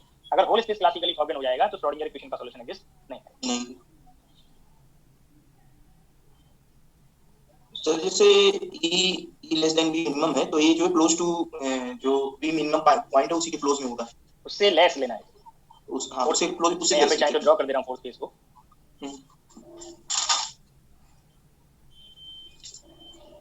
ये लाइन इससे लेस कोई भी वैल्यू आप एनर्जी का कंसीडर कर सकते हैं, बी मिनिमम से लेस होना चाहिए। अब चाहे लाइन यहाँ से शो करिए, चाहे यहाँ पे भी शो कर सकते थे, बट कोई एनर्जी लाइन सिंगल लाइन आप रिप्रेजेंट करते हैं जिससे आपको पता हो कि इससे लेस है, कहीं पे भी ड्रॉ कर सकते थे जो बी मिनिमम से लेस होता है। तो फोर्थ केस है। इस केस में आप चेक करिए, whole space E less than V की कंडीशन को फॉलो करेगा। पोटेंशियल से कोई पॉइंट ऐसा नहीं होगा जहां पे एनर्जी ग्रेटर देन वी हो जाए। जब कोई रीजन ऐसा नहीं है तो यहाँ पे श्रोडिंगर इक्वेशन का सॉल्यूशन एग्जिस्ट नहीं करेगा। अगर ये कंडीशन होगा तो मैटर वेव एसोसिएट नहीं होगा, कैसे कह सकते हैं। तो ये कंडीशन जब आप आगे पोटेंशियल के डिफरेंट फॉर्म को स्टडी करेंगे तो कंपैरिजन करते चले जाएंगे। तो यहाँ पे कंप्लीटली फ्री पार्टिकल तो डिस्कस हो गया। अब उस फॉर्म में एक माइनर चेंज करते जाएंगे जिससे आपको श्रोडिंगर इक्वेशन को सॉल्व करने के लिए डिफिकल्टी फेस ना हो। माइनर चेंज करते चले जाएंगे, माइनर फॉर्म मॉडिफिकेशन करते चले जाएंगे। तो आप एक फॉर्म पढ़े होंगे स्टेप पोटेंशियल, पहले कंप्लीटली फ्री पार्टिकल, फिर यहाँ पे जा रहे हैं स्टेप पोटेंशियल पे। अगर ये वर्ड बुक में आप लोग पढ़े होंगे, हो सकता है वहां पे लिखा हो पोटेंशियल स्टेप पोटेंशियल, और हो सकता है ये फॉर्म लिखा हो पोटेंशियल स्टेप। मेरे इसमें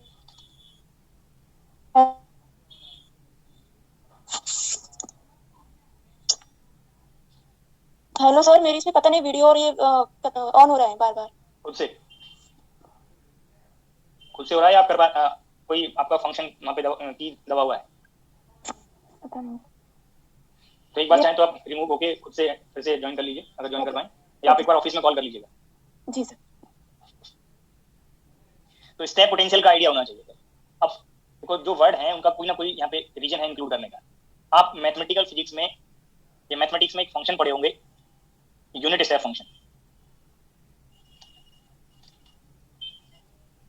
अगर दैट फंक्शन फॉर्म को यहाँ पे आप कोई रिप्रेजेंटेशन आप कुछ भी पार्ट ले सकते हैं, बट उसके डेफिनेशन पे जाइए, ये 1 और 0, x ग्रेटर देन 0 के लिए 1 और x लेस देन 0 के लिए 0। तो ये फंक्शन का डेफिनेशन अगर आपको कहीं यूज होता है तो इसको आप बोलते हैं यूनिट स्टेप फंक्शन। और ये फंक्शन को आप प्लॉट करेंगे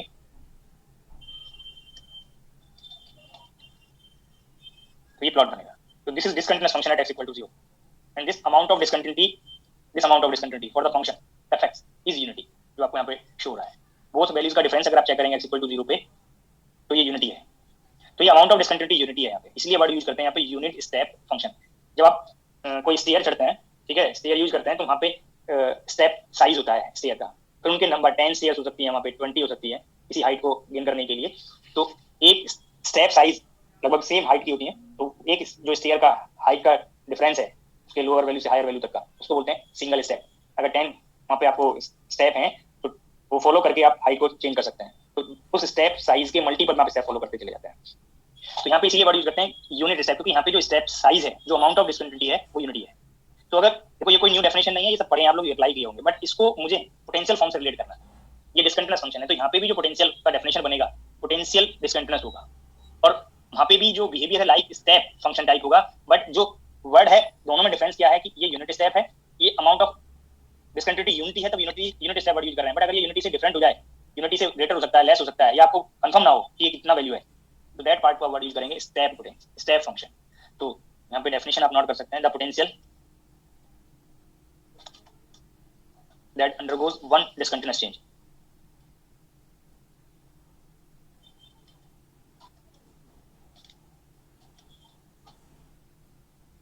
One point पे discontinuous change होगा, is called step potential.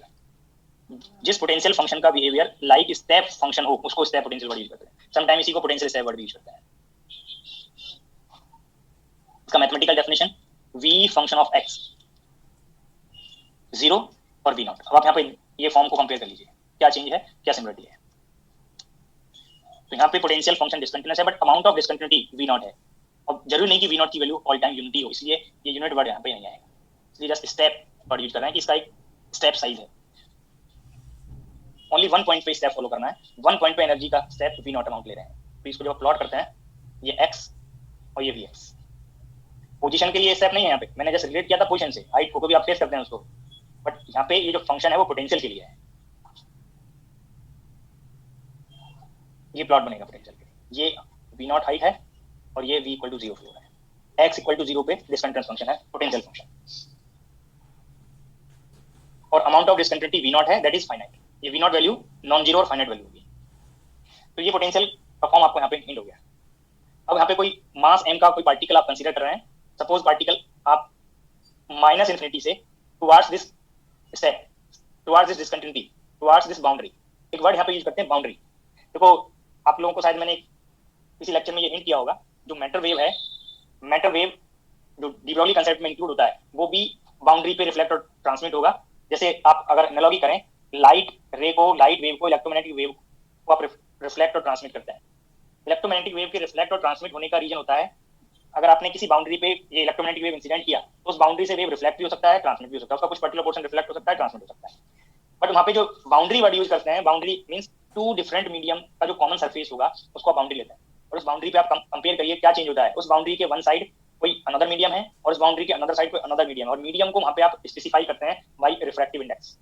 Both medium का रिफ्रैक्टिव इंडेक्स डिफरेंट होता है, तो वन मीडियम से अनदर मीडियम पे जाने पे जो इलेक्ट्रोमैग्नेटिक वेव है वो रिफ्रैक्टिव इंडेक्स में डिसकंटिन्यूअस चेंज फेस करता है।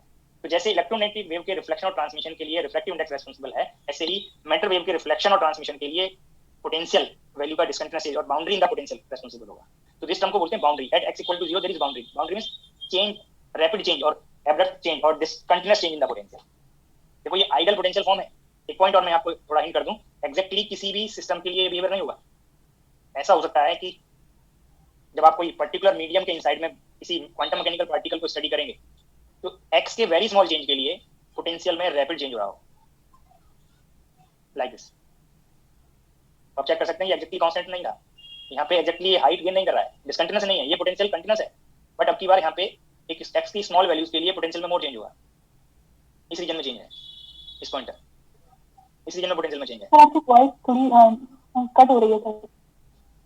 सभी के लिए प्रॉब्लम नहीं सर, नेटवर्क प्रॉब्लम रहा। देखो ये पॉइंट में हिंट कर रहा था कि हम बुक में तो ये फॉर्म पढ़ते हैं क्योंकि हम पहले चेक करना चाह रहे हैं कि किन इजी फॉर्म्स के लिए श्रोडिंगर इक्वेशन को सॉल्व करना और कैसे सॉल्व कर सकते हैं। बट अगर रियल में फेस करेंगे तो ये फॉर्म बनेगा। बट आप यहाँ पे चेक करें, x की these वैल्यूज के लिए पोटेंशियल में रैपिड चेंज है, तो इसको आप एक आइडियल पोटेंशियल फॉर्म से रिप्लेस करते हैं कि जिस रीजन में रैपिड चेंज है उसके एक साइड आप पोटेंशियल को लोअर वैल्यू पे कांस्टेंट मान लें और अनदर साइड उसको मैक्सिमम वैल्यू पे कांस्टेंट। तो इसको एनालॉजी, इसको आप मॉडिफाई करके ये फॉर्म मान लेते हैं जो आइडियल पोटेंशियल फॉर्म है, जो आपको मैंने यहाँ पे स्टेप पोटेंशियल शो किया है। रियल सिस्टम के लिए कभी ये फेस नहीं होगा, ये पार्ट फेस नहीं होगा, ये फॉर्म हो सकता है। तो ये भी आपको आइडिया होना चाहिए क्योंकि इसके लिए श्रोडिंगर इक्वेशन आप इजीली सॉल्व नहीं कर सकते थे जो रियल फॉर्म था। तो इसमें पहले आपको आइडियलाइज पार्ट पे जाना पड़ेगा। अभी तो आपने श्रोडिंगर इक्वेशन का सॉल्यूशन स्टार्ट किया है, सिर्फ एक इजीएस्ट पार्ट पढ़ा, कंप्लीटली फ्री पार्टिकल। अब उस कंप्लीटली फ्री पार्टिकल से यहाँ पे कंपेरिजन करिए कि इस पोटेंशियल में क्या चेंज है, तो आप चेक कर सकते हैं। एक ही पॉइंट पे डिसकंटिन्यूअस चेंज है, उस पॉइंट के लेफ्ट में पोटेंशियल कांस्टेंट है और उस पॉइंट के राइट में पोटेंशियल कांस्टेंट है किसी हायर वैल्यू। तो उसमें एक माइनर मॉडिफिकेशन हुआ है, कंप्लीटली फ्री पार्टिकल के पोटेंशियल से इस पर्टिकुलर पोटेंशियल फॉर्म में, स्टेप पोटेंशियल फॉर्म में वेरी स्मॉल चेंज हुआ है, एक पॉइंट पे सिर्फ मॉडिफिकेशन हो रहा है। तो जब ये आप धीरे धीरे थोड़ा डिफिकल्टी लेवल की तरफ जाएंगे तब आपको आइडिया होगा कि श्रोडिंगर इक्वेशन किन पार्ट के लिए एग्जैक्टली सॉल्वेबल था और किन पार्ट के लिए सॉल्यूशन फाइंड कर रहे हैं तो मोर टाइम लग रहा है, सॉल्यूशन को सॉल्व करना डिफिकल्ट होता जा रहा है, और किन को आप सॉल्व नहीं कर सकते हैं, वहाँ पे आपको कोई एजम्पशंस लेने पड़े। इसलिए आप बुक में कोई भी सिस्टम जो आप पढ़ते हैं रियल में कोई भी एग्जैक्ट फॉर्म से मैच नहीं करता। चाहे आप इनफाइनाइट पोटेंशियल वेल पढ़ लें, फाइनाइट पोटेंशियल वेल पढ़ लें, बैरियर पढ़ लें, स्टेप पढ़ लें, और इवन हार्मोनिक ऑसिलेटर और हाइड्रोजन एटम का भी जो फॉर्म एग्जैक्टली वो नहीं मिलता है, उसमें भी कुछ मॉडिफिकेशंस होते हैं। बट उन मॉडिफिकेशन को पहले ही पढ़ लेंगे तो उन पर्टिकुलर फॉर्म के लिए श्रोडिंगर इक्वेशन के सॉल्यूशन के वेव फंक्शन फॉर्म में एनर्जी में क्या कंडीशन था वो आप कभी कंपेयर नहीं कर सकते। इसलिए आपको कुछ आइडियलाइज सिस्टम्स पढ़ाए जाते हैं पहले, फिर उनमें मॉडिफिकेशन से फॉर्म में क्या चेंजेस होंगे, एनर्जी में क्या चेंजेस होंगे, उनमें फिर अगर एग्जैक्टली सॉल्यूशन पॉसिबल नहीं है, एग्जैक्टली सॉल्वेबल श्रोडिंगर इक्वेशन नहीं है, तो आप वहाँ पे फिर एप्रोक्सीमेशन मेथड्स अप्लाई करते हैं। तो अभी जो मैं आपको ये हिंट कर रहा था कि ये बाउंड्री है x इक्वल टू 0 पे, boundary means discontinuous change in the potential. तो पार्टिकल का मोशन आप लाइक दिस लेंगे कि पार्टिकल इस बाउंड्री को अप्रोच करे। जब तक स्पेशली प्रॉब्लम में मेंशन ना हो कि पार्टिकल इधर से इधर जा रहा है, तो आप ये रेफरेंस लेके चलेंगे कि टुवर्ड्स बाउंड्री पार्टिकल को आप मूव करें। और ये मास m का पार्टिकल है और इसका एनर्जी अब इसको स्टडी करने के लिए एनर्जी के 2 डिफरेंट केसेस स्टडी करेंगे कि एनर्जी इस वी नॉट वैल्यू से लेस हो सकती है या वी नॉट वैल्यू से हायर हो सकती है। बट आपको मैं फिर से एक पॉइंट हिंट कर दूं, अगर आप एनर्जी लाइन ये एज्यूम कर लें तो ये किस केस में जाएगा, फोर्थ केस में, जो भी आपको यहाँ पे बताया है, सॉल्व नहीं होगा, तो यहाँ पे आप श्रोडिंगर इक्वेशन सॉल्व नहीं होगा, इक्वेशन सॉल्यूशन एग्जिस्ट नहीं करेगा। तो ये पार्ट आपको कभी भी आप आगे जब पोटेंशियल्स के डिफरेंट फॉर्म पढ़ेंगे तो इसको ये एनर्जी लाइन लेने का कोई सेंस नहीं होगा, तो यहाँ पे श्रोडिंगर इक्वेशन सॉल्व नहीं कर पाएंगे। तो यहाँ पे केस 1 लेते हैं नेक्स्ट स्लाइड पे।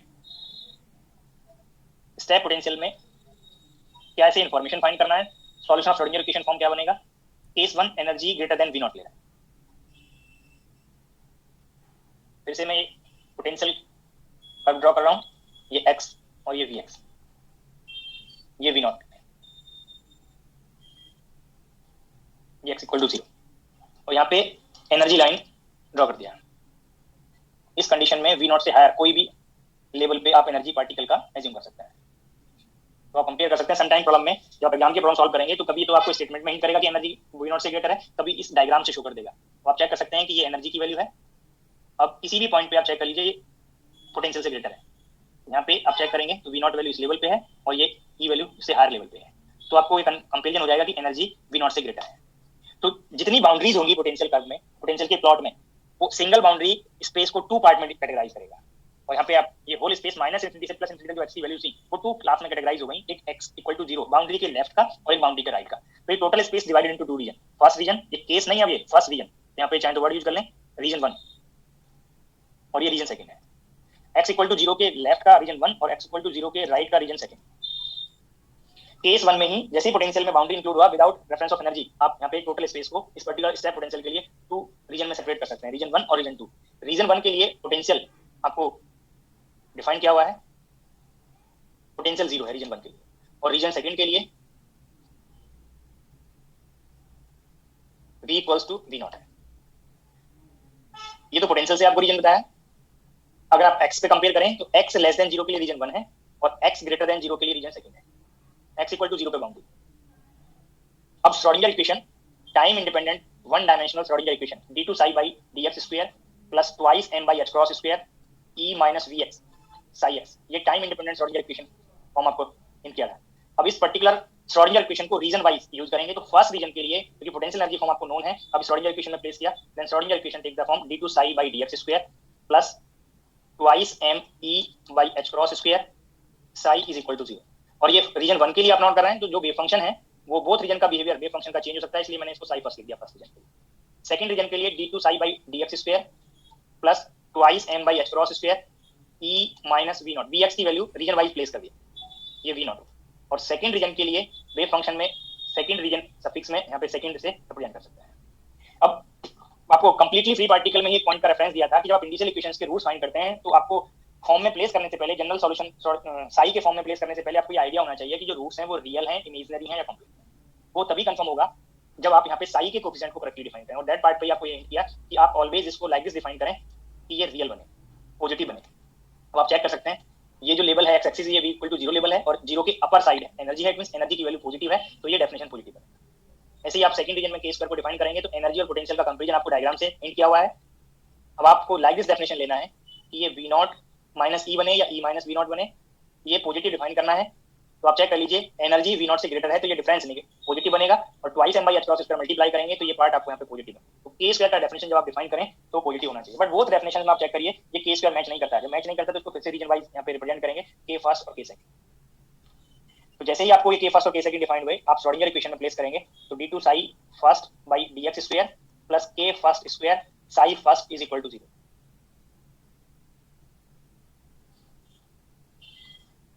d2 psi second by dx square plus twice k second square psi second is equal to 0। ये सेकंड रीजन के लिए श्रोडिंगर इक्वेशन है और ये फर्स्ट के लिए। अब ये सिमिलर फॉर्म आपको कंप्लीटली फ्री पार्टिकल में बताया था, ओनली कॉरस्पॉन्डिंग नोटेशंस आप यूज करें। और फॉर्म यहाँ पे आप चेक कर सकते हैं, ये प्लस साइन है तो रूट्स इमेजिनरी आएंगे, तो फॉर्म बनेगा exponential i k first x plus b exponential minus i k first x।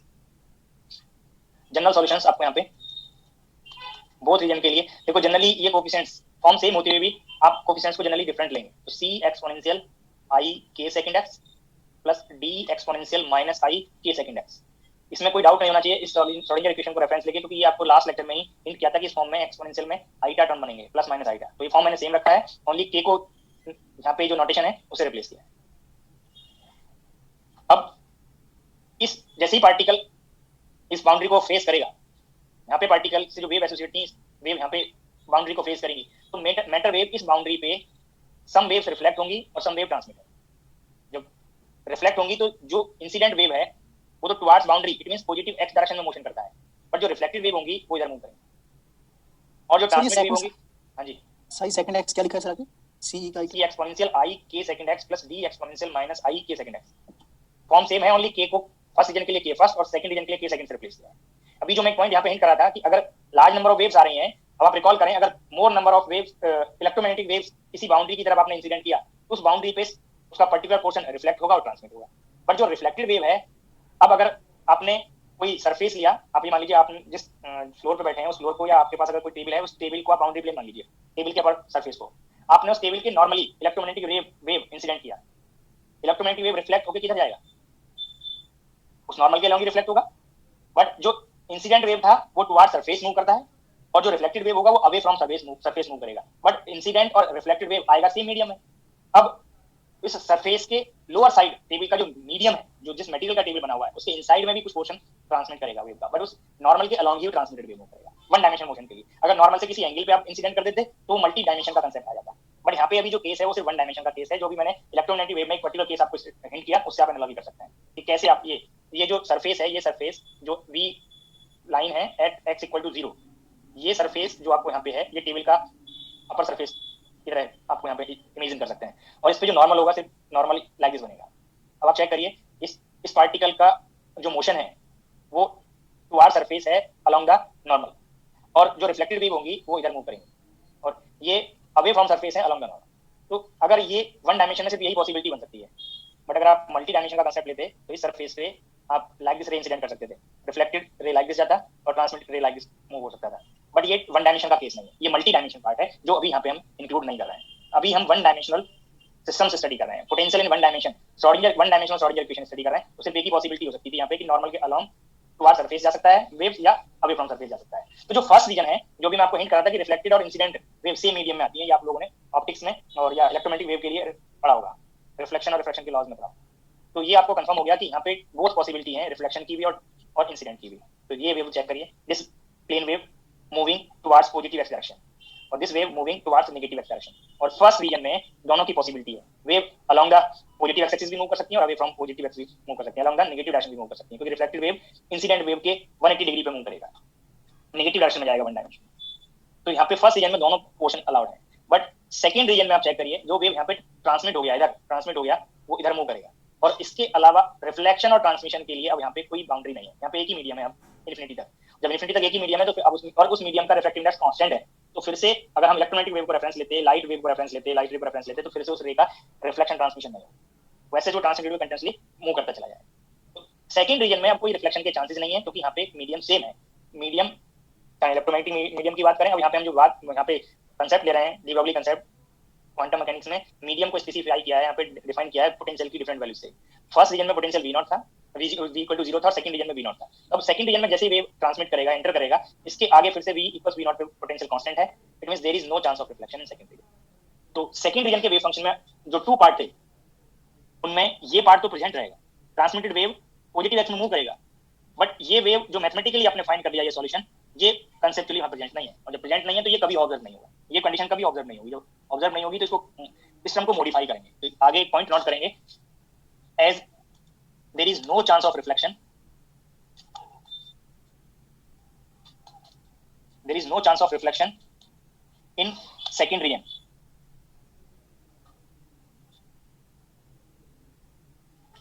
क्यों नहीं है वो आपको हिंट कर दिया, क्योंकि सेकंड रीजन के लिए पोटेंशियल में कोई बाउंड्री नहीं है, x इक्वल टू 0 पे ही बाउंड्री था, वहां पे रिफ्लेक्शन और ट्रांसमिशन हो गया, और राइट में x की पॉजिटिव साइड के लिए कोई बाउंड्री नहीं है, यहाँ पे कोई बाउंड्री नहीं है, बाउंड्री नहीं है, पोटेंशियल कांस्टेंट है, तो फिर से रिफ्लेक्शन नहीं होगा। जब रिफ्लेक्शन नहीं होगा तो जो रिफ्लेक्टेड वेव को रिप्रेजेंट करने वाला पोर्शन है वो 0 होना चाहिए, c एक्सपोनेंशियल माइनस i के x ये एब्सेंट होना चाहिए, और ये जीरो कब होगा, रिफ्लेक्शन की चांसेस नहीं है, इट मींस इसका जो रिफ्लेक्शन की प्रोबेबिलिटी है वो जीरो होनी चाहिए। और ये प्रोबेबिलिटी कब जीरो होगा, जब ये एक्सपोनेंशियल पार्ट तो एलिमिनेट हो गया। ये जीरो कब होगा, जब सी जीरो हो गया है। इसलिए बुक में कई बार ये हिंट कर देता है कि फॉर सेकंड रीजन, सॉरी मैंने ये डी लिया है, डी होगा सर, डी। जो कोफिशिएंट है उनको क्लियर करेंगे, जो मैंने जनरल सॉल्यूशन में नोट किया है। रिफ्लेक्शन पार्ट ये डी है, ये पार्ट, ये टर्म एब्सेंट होना चाहिए, इसकी प्रोबेबिलिटी नहीं है, रिफ्लेक्शन के चांसेस नहीं है, तो ये आपको डी मॉड स्क्वायर बन गया। और ये डी जीरो होगा तभी मॉड स्क्वायर टर्म जीरो बनेगा। तो यहाँ से आपको आइडिया मिलेगा कि डी का जीरो होने का रीजन क्या है। जैसे ही आपने डी को जीरो किया तो सेकंड रीजन के फॉर्म में जो पहले जनरल सॉल्यूशन दिया था मॉडिफिकेशन हो गया, सी exponential i k second x, सिर्फ ये प्रेजेंट होगा, यहाँ पे डी को जीरो कर दिया, ये टर्म एब्सेंट हो गया। तो आपके पास होल स्पेस में अब सॉल्यूशन फॉर्म कंफर्म हो गया कि सेकंड के लिए ये पार्ट है और फर्स्ट के लिए क्या पार्ट है। साई फर्स्ट आपको a exponential i k first x plus b exponential minus i k first x, जो x लेस देन जीरो के लिए करता है। साई सेकंड रीजन वाइज आपने फॉर्म फाइंड कर लिया। अब अगर कंप्लीटली फ्री पार्टिकल से कंपेयर करें तो वहां पे होल रीजन में एक ही फॉर्म अलाउड था, पॉजिटिव डायरेक्शन के लिए, नेगेटिव डायरेक्शन के लिए, बट यहाँ पे x लेस देन जीरो के लिए कोई और फॉर्म है और ग्रेटर देन जीरो के लिए कोई और फॉर्म। अब यहाँ पे कंपेयर करें कि बाउंड्री पे wave function acceptable wave functions के फॉर्म होने चाहिए।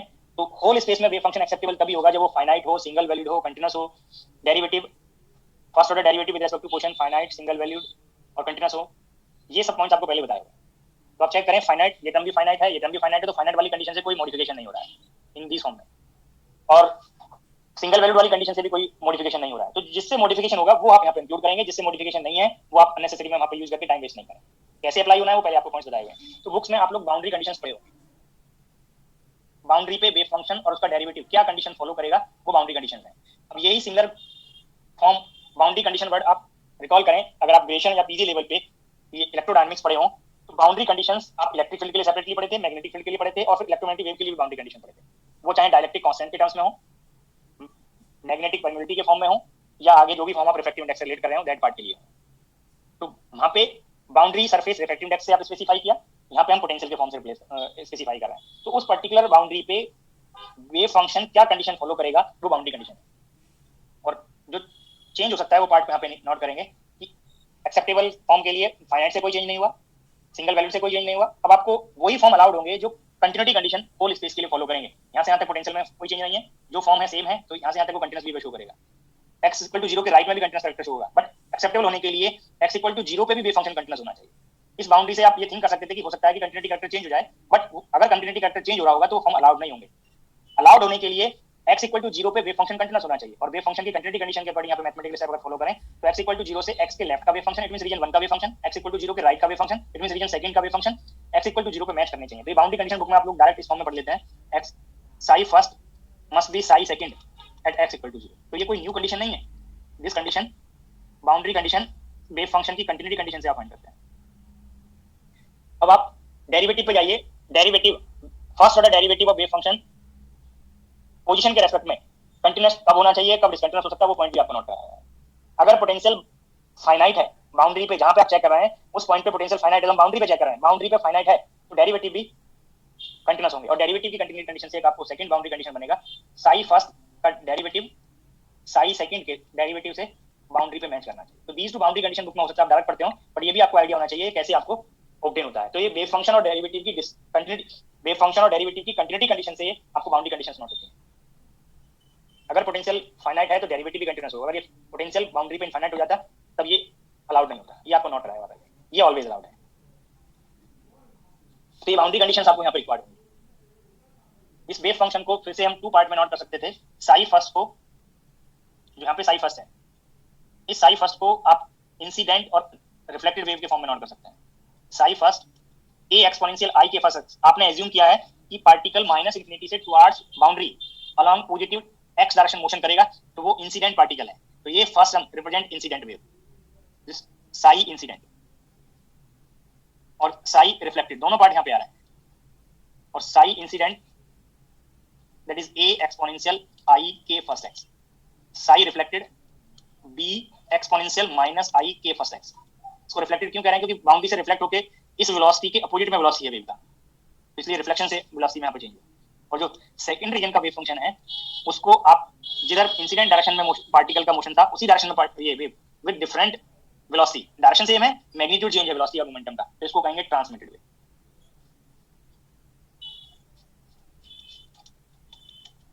बोथ रीजन में, फर्स्ट रीजन में और सेकंड रीजन में प्लेन वेव्स हैं और प्लेन वेव अनबाउंड को रिप्रेजेंट करता है। Probability of finding the particle, अगर पार्टिकल ये इस डायरेक्शन में मोशन करे तो आप यहाँ पे पार्टिकल इन्फिनिटी पे फाइंड हो सकता है। इन्फिनिटी पे फाइंड होने के लिए आप चेक करेंगे सेकंड रीजन का वेव फंक्शन पे जाएं, इसका मॉड स्क्वायर करें, सी मॉड स्क्वायर बन गया।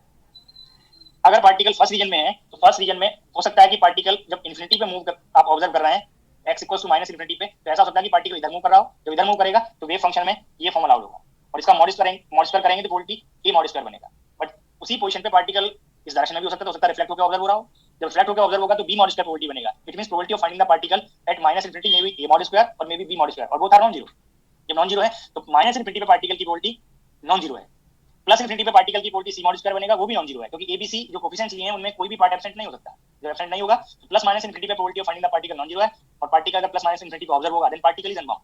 और ये कंडीशन आपको पहले बताया, अगर whole space energy greater than potential की कंडीशन को फुलफिल करेगा। आप चेक कर लीजिए फर्स्ट रीजन में, सेकंड रीजन में ऑल पोजीशन के लिए एनर्जी ग्रेटर देन भी बन रहा है और जब whole region classical allowed region होगा तो पार्टिकल अनबाउंड बनेगा। ये पॉइंट आपको पहले हिंट किया हुआ है। ये होल रीजन इस कंडीशन में क्लासिकल अलाउड बना तो आपको पार्टिकल अनबाउंड बनाया था और जब पार्टिकल अनबाउंड होगा तो आप पार्टिकल के रिगार्डिंग एनर्जी कंटीन्यूअस है, क्या एनर्जी होगा वो h cross square k square y equation बन गया। तो एनर्जी फॉर्म, एनर्जी की एग्जैक्टली वैल्यू क्या हुआ आप नहीं बता सकते, फॉर्म बता सकते हैं, एनर्जी कंटीन्यूअस है। तो यहाँ पे आप कितना पोर्शन रिफ्लेक्ट हुआ, कितना पोर्शन ट्रांसमिट हुआ, तो यहाँ पे आप रेशियोज कैलकुलेट करते हैं। जब भी स्कैटरिंग केस होगा तो वहाँ पे आप मोस्टली रेशियो कैलकुलेट करेंगे और रेशियो फाइंड करने के लिए रिफ्लेक्शन और ट्रांसमिशन कोफिशिएंट आप फाइंड करते हैं। ये आप ईएमटी में भी रिफ्लेक्शन और ट्रांसमिशन कोफिशिएंट फाइंड किए होंगे, तो सिमिलर वे में यहाँ पे भी रिफ्लेक्शन कोफिशिएंट आप फाइंड करेंगे, बट उसका पहले आपको डेफिनेशन पता होना चाहिए, रिफ्लेक्शन कोफिशिएंट और ट्रांसमिशन कोफिशिएंट।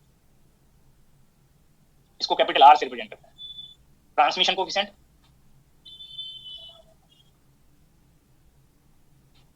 इसको टी से रिप्रेजेंट करेंगे। तो reflection coefficient is defined as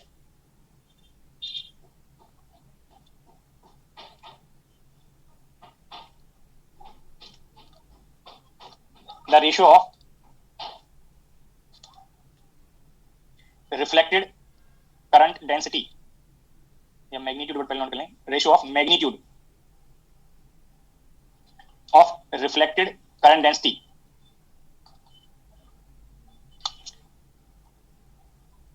to magnitude of incident current density।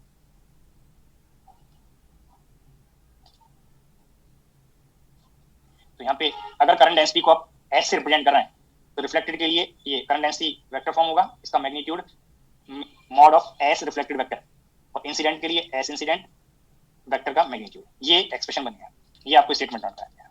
वो मॉड बार मैग्नीट्यूड है, करंट डेंसिटी वेक्टर है, रेशियो है रिफ्लेक्टेड टू इंसिडेंट, तो ये रिफ्लेक्टेड टू इंसिडेंट रेशियो आपको बनाना है। ऐसी ट्रांसमिशन कोएफिशिएंट डिफाइन करेंगे।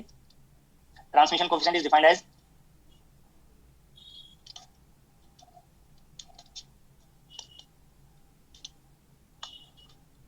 the ratio of magnitude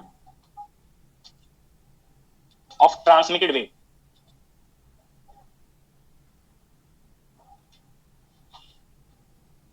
transmitted current density to magnitude of incident current density। एक तरह से रेशियो है इंसिडेंट का कितना पोर्शन रिफ्लेक्ट हुआ, कितना पोर्शन ट्रांसमिट हुआ, वो पार्ट फाइंड करेंगे।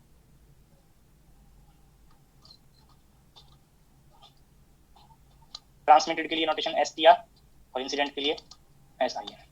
तो ये आपको जब भी स्कैटरिंग केस होगा ये ट्रांसमिशन और रिफ्लेक्शन कोएफिशिएंट्स के फॉर्म करंट डेंसिटीज के टर्म में डेफिनेशन ये आप ऑलवेज यूज कर सकते हैं जब भी स्कैटरिंग केस हो रहा हो।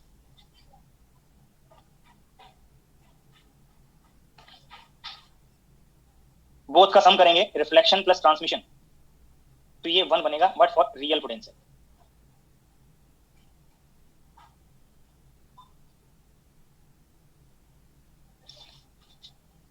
तो ये डेफिनेशंस जो बेसिक डेफिनेशंस हैं जब भी रिक्वायर्ड होंगी आप ये स्लाइड का रेफरेंस लेके यूज करेंगे। अब इनको पोटेंशियल स्टेप के लिए जो अनबाउंड केस था, जो वेव फंक्शन फॉर्म आपको एनर्जी ग्रेटर देन v0 के लिए आपको फाइंड कराए हैं, दीज पार्ट से आप ये रिफ्लेक्शन और इंसिडेंट और ट्रांसमिटेड वेव फंक्शन लेके करंट डेंसिटीज पे डिफरेंट प्रॉब्लम्स आपको डिस्कस किया था, एक्सप्रेशन बताया था, जो भी वहां पे शॉर्ट वे बताया होगा एक्सप्रेशन से कैलकुलेट करना बताया उनको आप यूज करेंगे।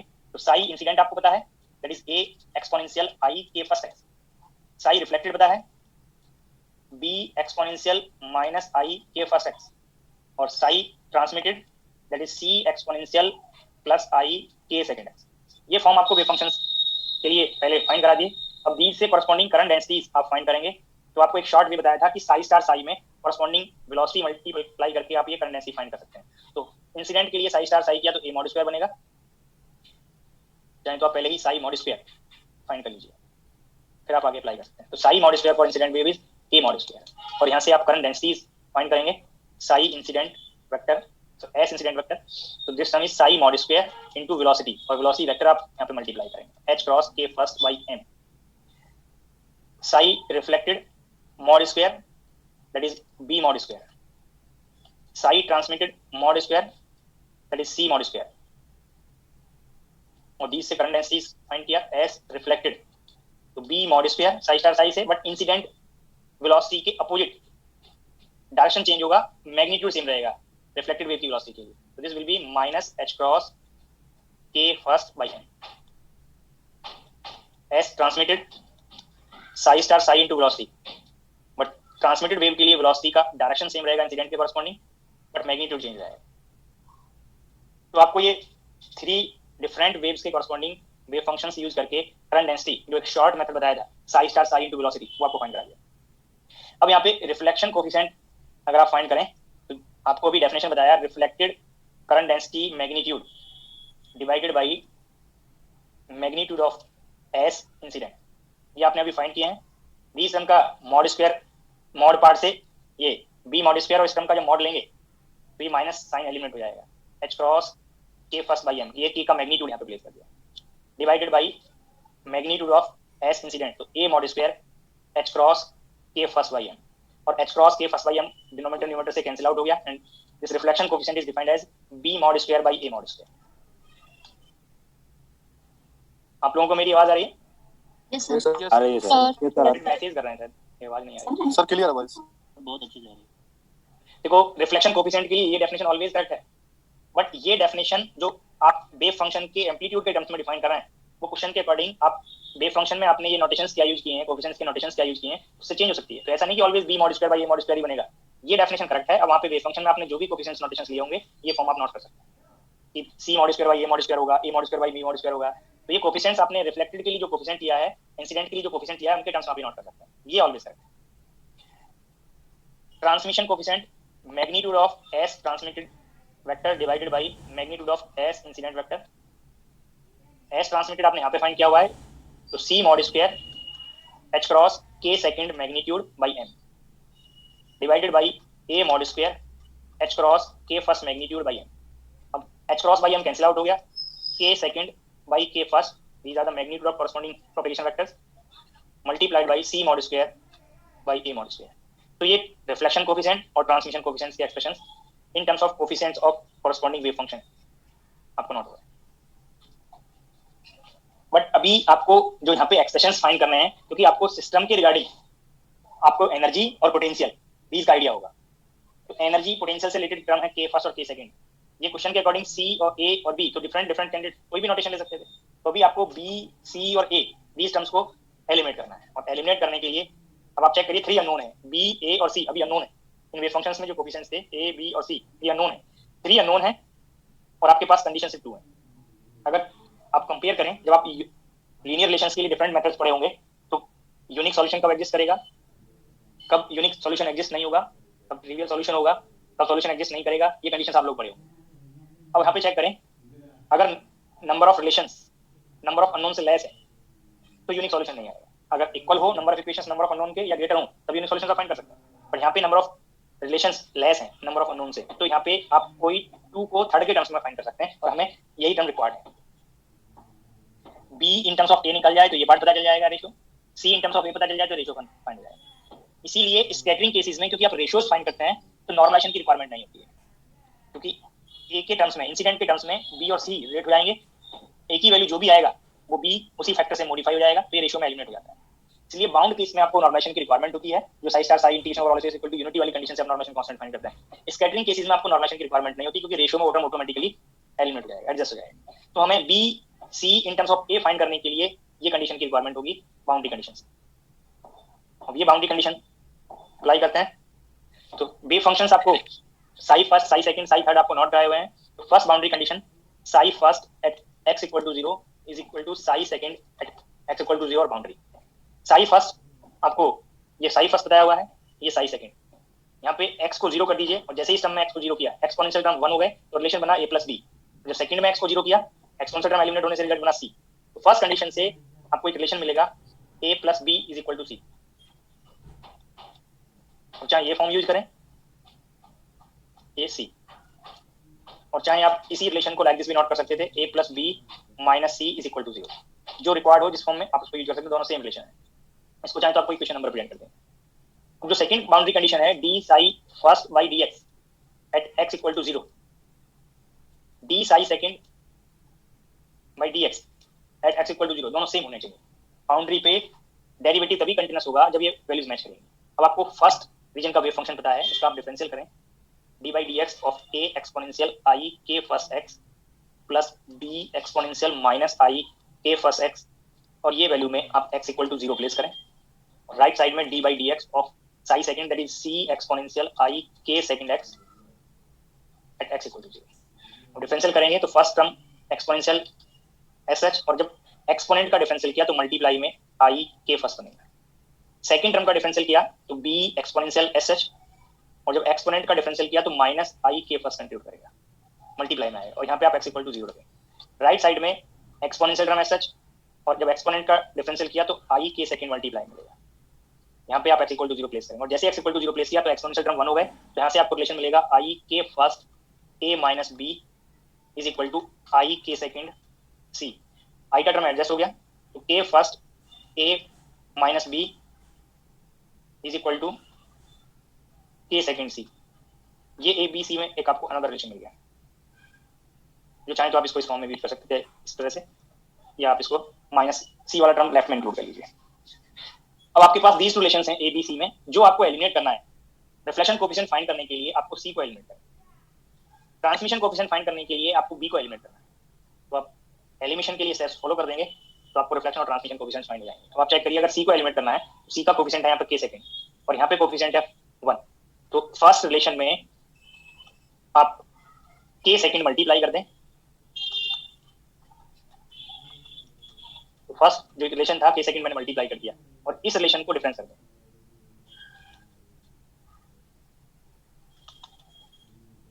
के फर्स्ट और राइट में के सेकंड, इसको जब डिफरेंस करेंगे तो साइन चेंज हो गए, ये माइनस, ये प्लस और ये माइनस, तो ये टर्म कैंसिल आउट हो गया। अब आप यहाँ पे b in terms of a find करना है, तो ये b के कोफिशिएंट ऐड हो गए, के फर्स्ट और के सेकंड, और a के जो कोफिशिएंट है वो डिफरेंस हो गए।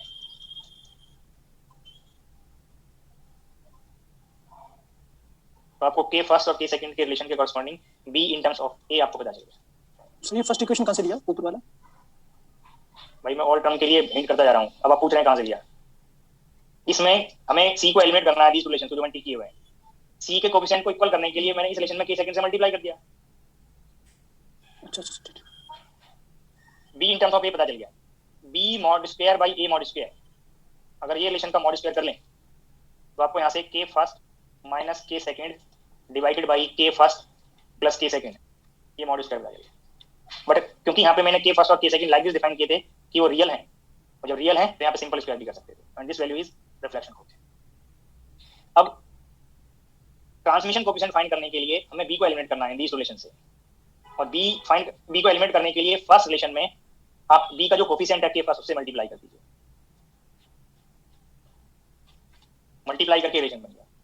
और सेकंड जो रिलेशन है k first a minus k second b is equal to k second c, ये रिलेशन को ऐड कर दीजिए। जैसे ही ऐड करेंगे b कैंसिल आउट हो जाएगा, तो c आपको पता चल गया twice k first a divided by k first plus k second. तो c by a mod square आपको यहाँ से कंफर्म हो गया, that is 4k first square divided by k first plus k second square. या आप यहाँ पे मॉड स्क्वायर कर सकते थे इस टर्म का, ये रियल है इसलिए सिंपल स्क्वायर में कन्वर्ट हो जाता है। बट इस डेफिनेशन में ये मॉड स्क्वायर टर्म था, जब कभी आगे कभी ये इमेजिनरी बनेंगे तो कॉम्प्लेक्स वैल्यू से मल्टीप्लाई करना पड़ेगा। तब हमें ट्रांसमिशन कोएफिशिएंट के लिए जो फॉर्म बनाया है यहाँ पे k second by k first multiply हो रहा है, तो ये ट्रांसमिशन कोएफिशिएंट वैल्यू आप फाइंड कर सकते हैं, k second by k first, इसमें c mod square by a mod square का मल्टीप्लिकेशन किया,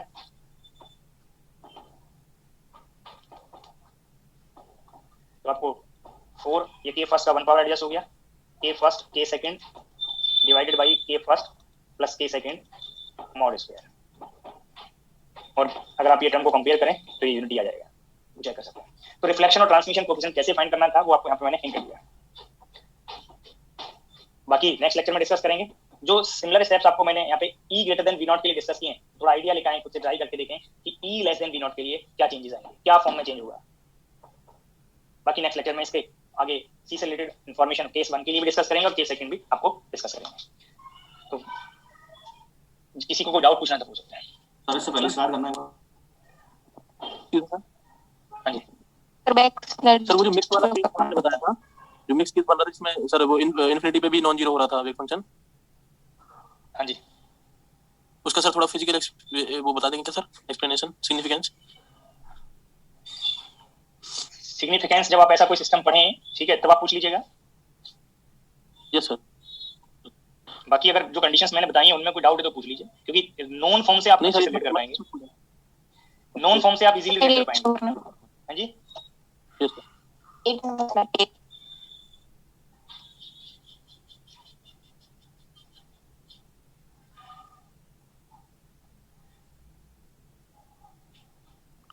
सर हाँ जी, सर वो जो जैसे कि इलेक्ट्रॉन की हम सर जब देखते हैं कि पॉसिबिलिटी पाई जाने की, तो सर वो भी तो सर इनफाइनाइट पे तक नॉन जीरो जाती है ना सर, तो सर उससे सर रिलेट कर सकते हैं किस पर्टिकुलर पोटेंशियल में इलेक्ट्रॉन के मोशन को स्टडी कर रहे हैं? सर हाइड्रोजन एटम जरूरी नहीं है कि नॉन जीरो जाएगी।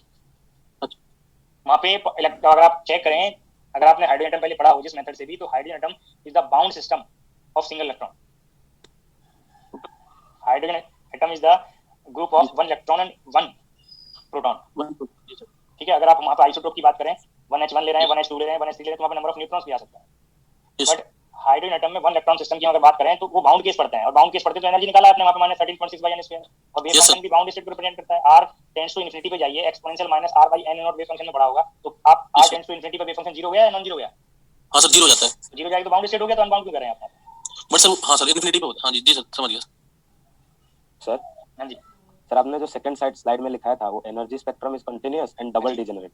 सर वो कंटीन्यूअस तो समझ आया सर, डबल डिजेनरेट कैसे वो नहीं है? डिजेनरेसी वाला जो लेक्चर था फर्स्ट टाइम, जो आप लोगों से डिजेनरेसी का डेफिनेशन पूछा था, वेव फंक्शंस के कुछ एग्जांपल्स देके फोल्ड ऑफ डिजेनरेसी कैलकुलेट करना बताया था, वो क्लियर है? हाँ सर, जो number physical significance of commutator bracket के टाइम पे डिजेनरेसी का मैंने डेफिनेशन नोट कराया था, फोल्ड ऑफ डिजेनरेसी बताया था। डबली डिजेनरेट केस का मतलब क्या है? डबली डिजेनरेट एनर्जी होने का मतलब क्या है कि सेम एनर्जी के corresponding 2 linearly independent energy eigen function है। ये स्टेप तक क्लियर है? हाँ सर। तो आप ये देखिए, ये वेव फंक्शन भी एनर्जी का आइगन फंक्शन है, ये वेव फंक्शन भी एनर्जी का आइगन फंक्शन है। हाँ सर। जो आपको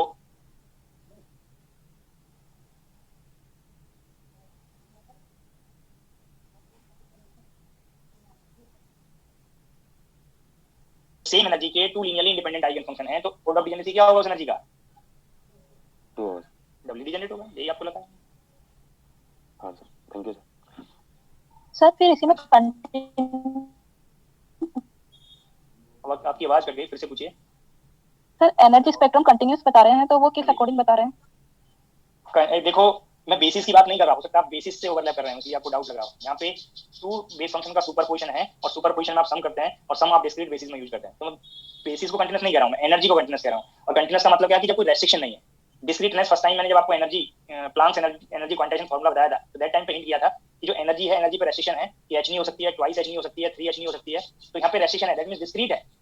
जब कोई रेस्ट्रिक्शन ना हो, -इन्फिनिटी से +इन्फिनिटी के बीच एनर्जी की कोई भी वैल्यू अगर हो सकती है, दैट मींस वो कंटीन्यूअस है। तो यहाँ पे बताइए क्या पार्टिकल की, कंप्लीटली फ्री पार्टिकल की एनर्जी पे कोई रेस्ट्रिक्शन है कि उसकी एनर्जी नेगेटिव नहीं होगी, या उसकी एनर्जी पॉजिटिव नहीं होगी, या उसकी एनर्जी सिर्फ 2 इलेक्ट्रॉन वोल्ट ही होगी, या उसकी एनर्जी -1.5 नहीं हो सकती? ऐसा कुछ कंडीशन है क्या? जब नहीं है, कोई भी वैल्यू -इन्फिनिटी से +इन्फिनिटी के बीच हो सकती है, दैट मींस वो कंटीन्यूअस है। Okay sir. और पूछना किसी को? सर स्लाइड 8 नंबर शो करना। Sir E less than V mean के लिए सर श्रोडिंगर इक्वेशन सैटिस्फाई क्यों नहीं होता? अब सॉल्व करके देखो एक बार। हाँ जी, वो तो सर आपने जो ये जो स्टेप पोटेंशियल दिए थे उसमें अगर जब मैं E लेस देन 0 मतलब V मीन कर रहा हूँ, तब सर वो सर सॉल्व नहीं हो रहा है। पर आपने वो पहले जो आपने जो एग्जांपल दिए थे उसमें तो सर मतलब सॉल्व कर रहा हूँ, पर कुछ नतीजे पे आ नहीं पा रहा। यहाँ पे सॉल्व कर पा रहे हैं क्या? ये जो थोड़ा येलोइश जो लाइन शो किया है, इसमें सॉल्व कर पा रहे हैं? होना तो नहीं चाहिए था, क्योंकि आप बताइए मैथमेटिकली सॉल्व कर पा रहे हैं क्या? सॉल्व नहीं हो रहा? No sir. जब नहीं कर पा रहे तो फिर कहाँ डाउट हुआ? इसी पार्ट को यहाँ पे देखिए, इसमें वी मिनिमम कितना है? 0।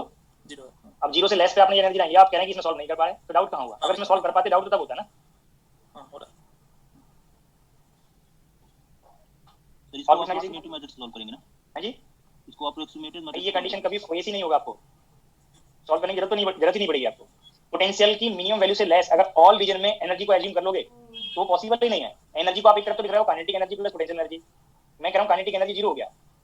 क्या एनर्जी पोटेंशियल एनर्जी जहां पे काइनेटिक एनर्जी 0 है इससे लेस जाएगा? बोलिए। वी मिनिमम से लेस एनर्जी जहां पे काइनेटिक एनर्जी अगर पार्टिकल रेस्ट पे भी है, क्या इससे वैल्यू 0 होगा ना? उस पॉइंट पे हो सकता है जब पार्टिकल मोशन कर रहा हो, ठीक है, तो एनर्जी लेस देन वी हो सकता है, बट ऐसा कहां मिलेगा कि वी मिनिमम से भी लेस हो जाए? तो एनर्जी कंजर्व हो जाएगा क्या? बोलिए। तो इसलिए जरूरत ही नहीं पड़ेगी आपको सॉल्व करने। मैंने बताया कि होल रीजन क्लासिकली फॉरवर्ड नहीं हो सकता, होल रीजन क्लासिकली अलाउड हो सकता है, या रीजन आप जब सेपरेट करेंगे तो सम पोर्शन क्लासिकली अलाउड होगा, सम पोर्शन क्लासिकली फॉरवर्ड होगा। Whole region classically forward allowed नहीं है। जब ना आपको फेस होगा तब सॉल्यूशन एग्जिस्ट नहीं करेगा। जब भी सॉल्यूशन आप फाइंड करेंगे बाउंड पार्टिकल के लिए, आप क्लासिकली ऑलरेडी अलाउड रीजन नहीं फाइंड करेंगे,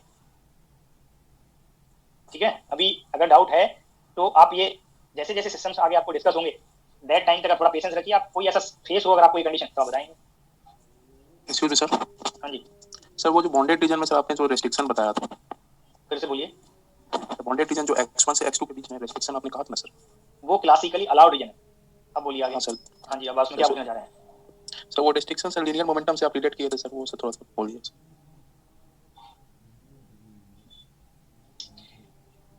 मैंने आपको एक केस बताया, कोई भी आर्बिट्रेरी फॉर्म ले लीजिए पोटेंशियल का, जो मैंने वहां ड्रॉ किया सिमिलर फॉर्म एज्यूम कर लीजिए। ये एनर्जी लाइन है। अब वेव फंक्शन की वही पॉसिबल वैल्यूज होंगी, वही अलाउड होंगी जो इन पॉइंट्स पे कंटीन्यूअस है। ये पॉइंट मैंने शो कर लिए, जो यहाँ पे इंटरसेक्शन के कॉरस्पॉन्डिंग पोजीशन है वो मैंने शो कर लिया। अब आपने एक वेव फंक्शन अपनी चॉइस से ले लिया कि लाइक दिस है, यहाँ पे इस तरह का बिहेवियर था वेव फंक्शन का, इस x1 से लेफ्ट और x2 के राइट में, कि ये इस पॉइंट पे वेव फंक्शन लाइक दिस होता, ठीक है, चाहे पॉजिटिव हो चाहे नेगेटिव। मैंने ये पॉजिटिव में अगर ये साई की फॉर्म ले रहे हैं और ये vx का फॉर्म था, तो मैंने यहाँ पे लाइक दिस ले लिया। अब इस रीजन में वेव फंक्शन सब कुछ यहाँ से स्टार्ट हो जाए, क्या ये अलाउड है? No sir. क्यों? सर वो रिलेट नहीं, मैच नहीं कर रहा उससे। कंटीन्यूअस नहीं है ना? कंटीन्यूअस नहीं है। हां, इस पॉइंट पे कंटीन्यूअस नहीं है। क्या ये वेव अलाउड है? अब मैंने कंटीन्यूअस शो कर दिया, क्या ये अलाउड है? बोलिए, क्या ये वेव फंक्शन अलाउड है? अभी भी और मैंने कंटीन्यूअस कर दिया, क्यों? नहीं अलाउड, क्योंकि इस पॉइंट पे बिहेवियर मैच नहीं कर रहा, साई फर्स्ट और साई सेकंड मैच नहीं कर रहा। तो आप ये बताइए, जब वेव को ड्रॉ करते हैं तो वहां पे वेवलेंथ का कांसेप्ट आता है? हां होता है। टू सक्सेसिव मैक्सिमा के बीच का जो डिस्टेंस है उसको हम वन वेवलेंथ लेते हैं। Yes sir. तो आप ये बताइए, वेव को हम ड्रॉ कर रहे हैं तो वेवलेंथ भी ऑटोमेटिकली वहां पे आ रहा है कि नहीं आ रहा है? आ रहा है सर। तो जब ये वेव को ड्रॉ कर रहे हैं कि जब लिमिटेड शेप ही इसको सेटिस्फाई कर सकती है कंटीन्यूटी कंडीशन को, तो ये वेवलेंथ पे रेस्ट्रिक्शन हुआ कि नहीं हुआ? वो वेव सेटिस्फाई होगा कि जिसका वेवलेंथ लैम्डा हो, टू लैम्डा हो, लैम्डा की न्यूमेरिकल वैल्यू में। अगर लैम्डा को रेस्ट्रिक्ट नहीं करेंगे तो आप तो यहाँ पे कोई भी वेव को यूज कर रहे हैं। Yes sir. Limited wave form का मतलब क्या है कि उनकी वेवलेंथ की लिमिटेड वैल्यूज हैं, कि ये वेवलेंथ वाली वेव सेटिस्फाई कर सकती है, ये वाली नहीं करेगी। जब लैम्डा रेस्ट्रिक्ट हुआ, के रेस्ट्रिक्ट हुआ, तो एनर्जी रेस्ट्रिक्ट हुई या नहीं हुई? Yes sir. एनर्जी समझ गए सर। अभी तो जनरल शेप था पोटेंशियल का। अब आगे जैसे जैसे सिलेबस आगे बढ़ेगा तो जब नॉन फॉर्म ऑफ पोटेंशियल के कंपेयर करेंगे तो आपको कंफर्म हो जाएगा क्या रेस्ट्रिक्टेड वैल्यूज हैं। बोलिए। Okay sir, thank you sir. Sir. हाँ जी सर, आज मेरा पहला दिन है, मतलब आज मैंने डेमो क्लास ली है सर, तो मैं कुछ पूछना चाहता था सर आपसे। मैं पूछ रहा हूं, पहले आपने इतना लेट क्यों ज्वाइन किए? सर मैं इस चीज के लिए माफी चाहूंगा, मुझे सर इस कोचिंग के बारे में बहुत लेट पता लगा सर। अच्छा, मैं रीजन पूछ रहा हूं, मैं उसका नहीं कह रहा कि आपको नहीं ज्वाइन करना चाहिए था, मैं रीजन पूछ रहा हूं।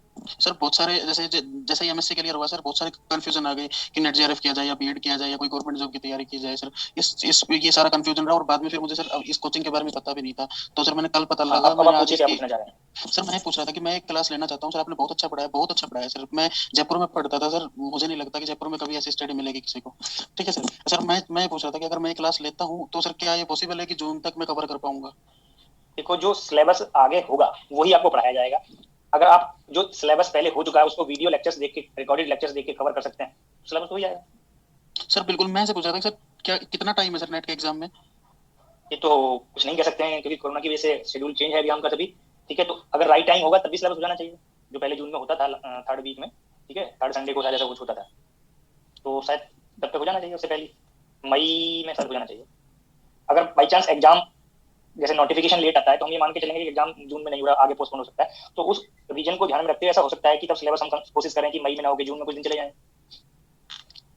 तो सर क्या मुझे क्लास लेनी चाहिए इस टाइम पे? देखो, क्या किसी में कवर कर मैं पाऊंगा? आपको फ्रैंकली बताऊं, अगर जहां से सिलेबस चल रहा है, अगर आप आगे के लेक्चर्स को कॉन्फिडेंटली अटेंड कर पा रहे हैं, आपको बेनिफिट हो रहा है अटेंड करने का, ठीक है, तब तो कोई प्रॉब्लम नहीं है। अगर आपको आगे के लेक्चर्स फॉलो करने में डिफिकल्टी फेस होती है, तब प्रॉब्लम आपको फेस होगी, तब आप आगे के सिलेबस को भी अच्छे से नहीं समझ पाएंगे। जैसे आज मैंने जो पढ़ाया, ठीक है, अब उनमें ओल्ड लेक्चर्स का भी मैंने हिंट किया कि ये मैंने उस टाइम पे बताया है, ये उस पार्ट में बताया है। हो सकता है आपको पहले से वो चीजें पता हो, तो शायद लेक्चर में डिफिकल्टी नहीं होगी। अगर उन लेक्चर्स पे जाना पड़ेगा तो आपको ज्यादा टाइम चाहिएगा कवर करने के लिए। तो सर क्या अपने कोचिंग से मुझे ये फैसिलिटी मिल सकती है कि कुछ दिन वीडियो एक्सटेंड कर दी जाए? मुझे सर एग्जाम से कोई मतलब नहीं है, मुझे नॉलेज से मतलब है सर फिलहाल तो। वो देखो मैं नहीं बता सकता, वो ऑफिस वाले ही बता सकते हैं। सर मैं इस चीज के लिए मैंने सर ऑफिस में बात की थी, लेकिन कोई तरीके से बात ही नहीं करता, मतलब सीधा जवाब देकर नहीं।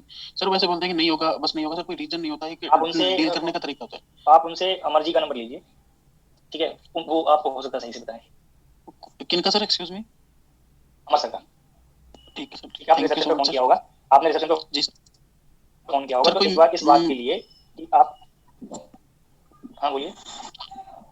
वही है सर, मतलब वो उन्होंने सही तरीके से बात नहीं की, तब मैंने आपसे पूछना उचित समझा सर। आपने इतना टाइम लगा के बताया। मैं टीचर हूँ, तो मैं सिर्फ आपको टीचिंग के बारे में बताता हूँ। बाकी ये सब जो वीडियो कब तक अवेलेबल रहेगा, वीडियो डलेगा नहीं डलेगा, ये मैनेजमेंट का वर्क है, इसमें मैं इंटरफेयर नहीं कर सकता, वही बताता हूँ अच्छे से। फिर भी आप एक बार से अगर वो अमर सर का नंबर दे देते हैं तो आप बात करिए। Okay sir, thank you so much. ठीक है, और बताइए सर। हाँ जी सर, यहाँ पे हम क्वांटम पढ़ रहे हैं, तो यहाँ पे हम बोल रहे हैं कि मतलब क्वांटम में सब जो भी रीजन है वहाँ पे अलाउड है, मतलब फॉरबिडन नहीं है। सर फिर हम क्लासिकल टर्निंग पॉइंट को यहाँ पे क्यों इंक्लूड कर रहे हैं? टर्निंग पॉइंट नहीं है, वो टर्निंग पॉइंट है। हाँ सर, वही मतलब क्लासिकल टर्निंग पॉइंट। हाँ सर, सुन पा रहा हूँ। हाँ सर, आप ही बताइए कोई ऐसा पॉइंट है जिससे पार्टिकल क्वांटम मैकेनिकली अपनी डायरेक्शन को टर्न कर रहा है? सिर्फ इन्फिनिटी नहीं है, फाइनाइट नहीं है पोटेंशियल के सर। लिए। हाँ सर, हम टर्निंग पॉइंट डिफाइन करके क्या कर लेंगे? जब ऐसा कोई पॉइंट है ही नहीं क्वांटम मैकेनिक्स के अकॉर्डिंग, क्यों हम उसको डिफाइन करें? मतलब नहीं करना चाहिए पॉइंट कोई ऐसा, मैंने ये थोड़ी कहा कि वो क्वांटम मैकेनिकल टर्निंग पॉइंट है। वो आप क्लासिकल में पढ़ते थे, उस पॉइंट से आपको क्लासिकल फॉरबिडन रीजन और classically allowed reason quantum mechanics के सिलेबस में आप यूज करेंगे रेफरेंस लेने के लिए कि हम किस रीजन की बात कर रहे हैं। तो इसलिए मैंने यहाँ पे उसको बताया, मैंने ये नहीं कहा कि ये टर्निंग पॉइंट क्वांटम के हैं, वो तो है क्लासिकल के, आपको पता होना चाहिए था, बट उन पॉइंट्स को आप रेफरेंस में यूज करेंगे रीजन को स्पेसिफाई करने के लिए। कभी प्रॉब्लम में वर्ड आया क्लासिकली अलाउड रीजन, आप उसका डाउट तो मुझे से पूछेंगे ना, या उस क्वेश्चन को छोड़ देंगे? हाँ सर, हाँ। तो मुझे तो मेरा तो रेस्पॉन्सिबिलिटी बनती है ना कि मैं आपको बता के चलूं। मैं ये मानती हूं कि आपको हो सकता है ना पता हो या कुछ गलत पता हो, उसमें इंप्रूवमेंट के लिए मैंने बता दिया कि क्लासिकली फॉरबिडन रीजन क्या है, क्लासिकली अलाउड क्या है, दोनों रीजन का कॉमन पॉइंट टर्निंग पॉइंट होता है, क्लासिकल टर्निंग पॉइंट। मैंने दैट टाइम पे हिंट भी किया कि क्वांटम मैकेनिक्स में ऐसा कोई टर्निंग पॉइंट नहीं है। जब टर्निंग पॉइंट नहीं है बट क्वांटम मैकेनिक्स के क्वेश्चन में वर्ड यूज हो सकता है, इसलिए मैंने आपको ये टर्निंग पॉइंट आपको नोट कराया। और डब्ल्यू के भी एप्रोक्सीमेशन मेथड अगर आपने पढ़ा हो अपने ग्रेजुएशन या पीजी लेवल पे, तो वहां पे भी क्लासिकल टर्निंग पॉइंट का रेफरेंस होता है। हाँ सर, ठीक है, हाँ सर, समझ आ गया सर, थैंक यू सर। हाँ जी सर, जो डेंसिटी वाला वो पॉइंट है वो थोड़ा बताइए सर, इसमें आया था कि मोड इक्वल टू h तो के पास है। फिर से पूछिए, कौन सी डेंसिटी की बात कर रहे हैं? r + t = 1 लिखा, उसके बाद उसकी प्रोबेबिलिटी निकाली, वेव फंक्शन लिखा और इंसिडेंट के लिए लिखा ना जो डेंसिटी वाला। हाँ, ये तो मैंने एक जनरल डेफिनेशंस बता दी, रिफ्लेक्शन कोएफिशिएंट और ट्रांसमिशन कोएफिशिएंट। जब भी स्कैटरिंग केस आ रहा होगा, अब ये किसी भी पोटेंशियल फॉर्म के लिए अगर स्कैटरिंग केस है तो निकाल सकते हैं, चाहे वो बैरियर हो, स्टेप हो, चाहे जो भी पार्ट हो। ठीक है, हाँ मैं वही बता रहा हूँ। अब इसके आगे जो हमारा आर्टिकल चल रहा था non farm of potential step वाला, एनर्जी ग्रेटर देन V0 वाला, अब उसके लिए हमें कंफर्म हो गया कि पार्टिकल बाउंड नहीं है। पार्टिकल के कॉरस्पॉन्डिंग जो सॉल्यूशन मिला वो स्कैटरिंग स्टेट को रिप्रेजेंट करता है, और जब स्कैटरिंग स्टेट को रिप्रेजेंट करता है तो हम ये रिफ्लेक्शन कोएफिशिएंट और ट्रांसमिशन कोएफिशिएंट निकालेंगे। वो कैसे निकालेंगे उसके लिए मैंने स्टेप्स डिस्कस किए हैं। सर ये इंसिडेंट वाला ये लिखा कैसे h क्रॉस के पास कौन है? ये टर्म की बात कर रहे हैं या ये ऊपर वाले तीनों टर्म, ऊपर के ये टर्म? हां सर, ये आपको प्रोबेबिलिटी करंट डेंसिटी वाला आर्टिकल बताया था, एक फार्मूला बताया था, उसी में शॉर्ट ट्रिक्स बताई थी कि प्रोबेबिलिटी करंट डेंसिटी अगर वेव फंक्शन दिया तो कैसे कैलकुलेट करेंगे। वो आप लेक्चर अटेंड किया था या नहीं? या तो सर याद नहीं होगा। ऐसे कैसे याद नहीं भाई, ये तो इंपॉर्टेंट कांसेप्ट है प्रोबेबिलिटी करंट डेंसिटी। ये फार्मूला याद आ रहा है? नहीं ये सर तो यहाँ पे ये भी आपको बताया था कि साई स्टार साई कर लेंगे और वेलोसिटी की आइगन वैल्यू से मल्टीप्लाई करेंगे, याद आ रहा है? ओके सर, आ गया। तो वही तो मैंने बताया यहाँ पे। Okay sir, thank you. Hello sir. हाँ जी सर, आपने इसी स्लाइड में ना मेरी वॉइस चली गई थी, मतलब आ नहीं रही थी बिल्कुल भी, लेकिन सर आपने जब ये रेशियो निकाला ना तब आपने सर डायग्राम में कुछ हिंट दे रहे थे सर, वो बता दीजिए आपने क्या बताया था तब डायग्राम में? हाँ सर, इन दोनों की जो रेशियो निकाला बी और ए के मोड का सर, तब आप डायग्राम में कुछ हिंट कर रहे थे, वो बता दीजिए आप क्या बता रहे थे। मुझे याद नहीं आ रहा क्या था सर, मतलब हाँ सर स्क्रीन दिख रही थी लेकिन वॉइस नहीं आ रही थी। हो सकता है आपका स्क्रीन फ्रीज हो गया हो। बाकी तो मैंने ये डायग्राम का रेफरेंस इनको बताने के लिए किया था कि इनसी फर्स्ट रीजन में टू वेव्स वेव फंक्शन आने का मतलब क्या है। ये plane wave propagating along positive x direction है, ये plane wave propagating along negative x direction है। तो इंसिडेंट तो हमने लिया पॉजिटिव अलोंग जब वेव रिफ्लेक्ट होगा तो इधर जाएगा, तो दोनों पॉसिबिलिटीज हैं यहाँ पे। और ट्रांसमिट सेकंड रीजन में ये पॉसिबिलिटी तो होगी, ये पॉसिबिलिटी नहीं है। जब ये नहीं है तो जो वेव इधर प्रोपेगेशन का मैथमेटिकली आया ये फॉर्म, तो ये एब्सेंट हो जाएगा। ये पॉइंट्स मैंने डायग्राम के लिए दिए थे सर। ये तो आपने पहले भी बता दिया था, ठीक है सर। और उसके बाद मुझे याद नहीं आ रहा, या तो मैंने ये हो सकता है कि जब ये कोएफिशिएंट ड्राइव कराए हैं तो आपको ये बी और ए की सर आप शायद कुछ नॉर्मलाइज के बारे में बता रहे थे सर आप। मैंने इस तरह से किया, वहाँ पे डिस्कस किया होगा कि जो रिफ्लेक्शन कोएफिशिएंट और ट्रांसमिशन कोएफिशिएंट है करंट डेंसिटीज में तो ऑलवेज करेक्ट है, बट ये ए और बी जो नोटेशंस लिए हैं, ठीक है, अब यहाँ पे हो सकता है कोई इसी को एफ और जी मान लेता तो वो ए और बी में थोड़ी डिफाइन होता, तो इन कोएफिशिएंट्स क्वेश्चन के अकॉर्डिंग कैंडिडेट के अकॉर्डिंग चेंज हो सकता है, तो ये फॉर्म चेंज हो सकती है। यहाँ पे ये बताया होगा ये फंक्शन का रेफरेंस लेके करेक्ट है, बट ये ऑलवेज करेक्ट है, ये बताया था मैंने। डायग्राम का रेफरेंस हो सकता है उस स्लाइड पे इसलिए गए हूं। ठीक है सर। सर ये जो सर आर और टी है, मतलब आपने जो ऐसे किए है सर, इलेक्ट्रोस्टैटिक्स में भी तो एप्लीकेबल है ना भाई? इलेक्ट्रोस्टैटिक्स कब यूज करते हैं बताइए? इलेक्ट्रोस्टैटिक्स तब यूज करते हैं जब हमारा सोर्स चार्ज रेस्ट पे रहे। क्या वहां से जो इलेक्ट्रिक फील्ड है वो वेव की तरह वेव करेगा? नहीं सर, उधर जब वो जो इंसिडेंट वेव आता है वेव गाइड में उधर भाई मैंने इलेक्ट्रोस्टैटिक्स के लिए नहीं, मैंने बाउंड्री कंडीशंस तो बताई कि बाउंड्री कंडीशन की अगर कोई बाउंड्री से इलेक्ट्रिक फील्ड हमने अप्लाई किया हुआ है तो उस बाउंड्री के अपर साइड और बाउंड्री के लोअर साइड इलेक्ट्रिक फील्ड की डायरेक्शन में पता है तो उस बाउंड्री पे वो इलेक्ट्रिक फील्ड का कंडीशन अप्लाई करेगा, या हमारा जो डिस्प्लेसमेंट वेक्टर होता है डी, ठीक है, वो बाउंड्री कंडीशन क्या अप्लाई करेगा, उस सरफेस पे चार्ज फ्री चार्ज है या बाउंड चार्ज है, पोलराइजेशन है या नहीं है, उसके अकॉर्डिंग चेंज जाती है। ऐसे ही मैग्नेटोस्टैटिक्स में सेपरेटली मैग्नेटिक फील्ड क्या कंडीशन फॉलो करेगा, वो बाउंड्री कंडीशंस इलेक्ट्रोस्टैटिक्स में है, मैग्नेटोस्टैटिक्स में है और इलेक्ट्रोडायनामिक्स में भी, ये बताया मैंने। बट जो हमारा रिफ्लेक्शन और ट्रांसमिशन है वो तो हम इलेक्ट्रोमैग्नेटिक वेव के लिए पढ़ते हैं। हां एकदम सर। इलेक्ट्रोस्टैटिक्स में रिफ्लेक्शन ट्रांसमिशन थोड़ी पढ़ा होगा। नहीं इलेक्ट्रोमैग्नेटिक वेव के लिए पढ़ते हैं, वेव के लिए पढ़ा होगा। अब आगे बोलिए अगर कुछ आउट है तो। हां तो सर उसमें भी तो सर एक फार्मूला तो लग जाएगा ना? हाँ फॉर्मूला लगेगा, बट ये फॉर्मूला को ध्यान रखिए, हो सकता है कि आप इसलिए एनालॉजी कर रहे हो कि जिन सर ने आपको पढ़ाया हो या जो बुक आपने पढ़ी हो, रिफ्लेक्शन कोएफिशिएंट का एक्सप्रेशन वहां पे K1 K2 के टर्म्स में इसी तरह का बना होगा, बना था, बट दोनों के मीनिंग चेंज हैं। या आपने इसी को रिफ्रैक्टिव इंडेक्स में पढ़ा होगा। पढ़ा था? ये भी पढ़ा हो सकता है, बट वहां पे ये जो K1 K2 है यहाँ क्वांटम मैकेनिक्स में है प्रोपेगेशन वेक्टर, वहां पे होंगे डायरेक्टली कांस्टेंट। तो नोटेशन सेम होने का मतलब ये नहीं कि मीनिंग सेम है, ठीक है? Okay sir. मैंने तो एनालॉजी एनालॉजी के लिए 4-5 टाइम्स ये स्टेटमेंट बताया कि जैसे आप इलेक्ट्रोमैग्नेटिक वेव का रिफ्लेक्शन और ट्रांसमिशन पढ़ते हैं ऐसे क्वांटम मैकेनिक्स में मैटर वेव का रिफ्लेक्शन ट्रांसमिशन है। बताया था? तो वो तो फॉर्मूले सिमिलर वे में आएंगे यहाँ पे, बट वहाँ पे जो K1 K2 है, N1 N2 है, रिफ्लेक्शन का रीजन चेंज होने से मीनिंग चेंज है कि नहीं है? एकदम सर ठीक है, और बताइए।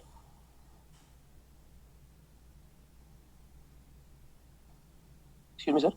हाँ जी सर, एक पुराने वाले सर टॉपिक से डाउट है सर, जब हम अनसर्टेनिटी की बात करते हैं सर जो हम अनसर्टेनिटी कैलकुलेट करते हैं जैसे टू मतलब कैनोनिकल वेरिएबल्स के लिए, तो सर मतलब वो इंट्रिंसिक होती है या फिर सर मतलब एक्सट्रिंसिक होती है, मतलब सिस्टम के अंदर इंक्लूडेड रहती है हमेशा ही? सही बताइए, इंट्रिंसिक और एक्सट्रिंसिक प्रॉपर्टीज में क्या अंतर है सर? मतलब किस बेसिस पे, मतलब इसी मतलब क्वांटम मैकेनिक्स में बताऊं? ऐसे ही बताओ। इंट्रिंसिक जो वर्ड यूज कर रहे हो आपने, वर्ड यूज है ना इंट्रिंसिक होती है, तो इंट्रिंसिक ऐसे कहता है कि मतलब वो सिस्टम के अंदर होती है पहले से या फिर एक्सपेरिमेंटल? इंट्रिंसिक जो भी पार्ट है वो कभी चेंज नहीं होते।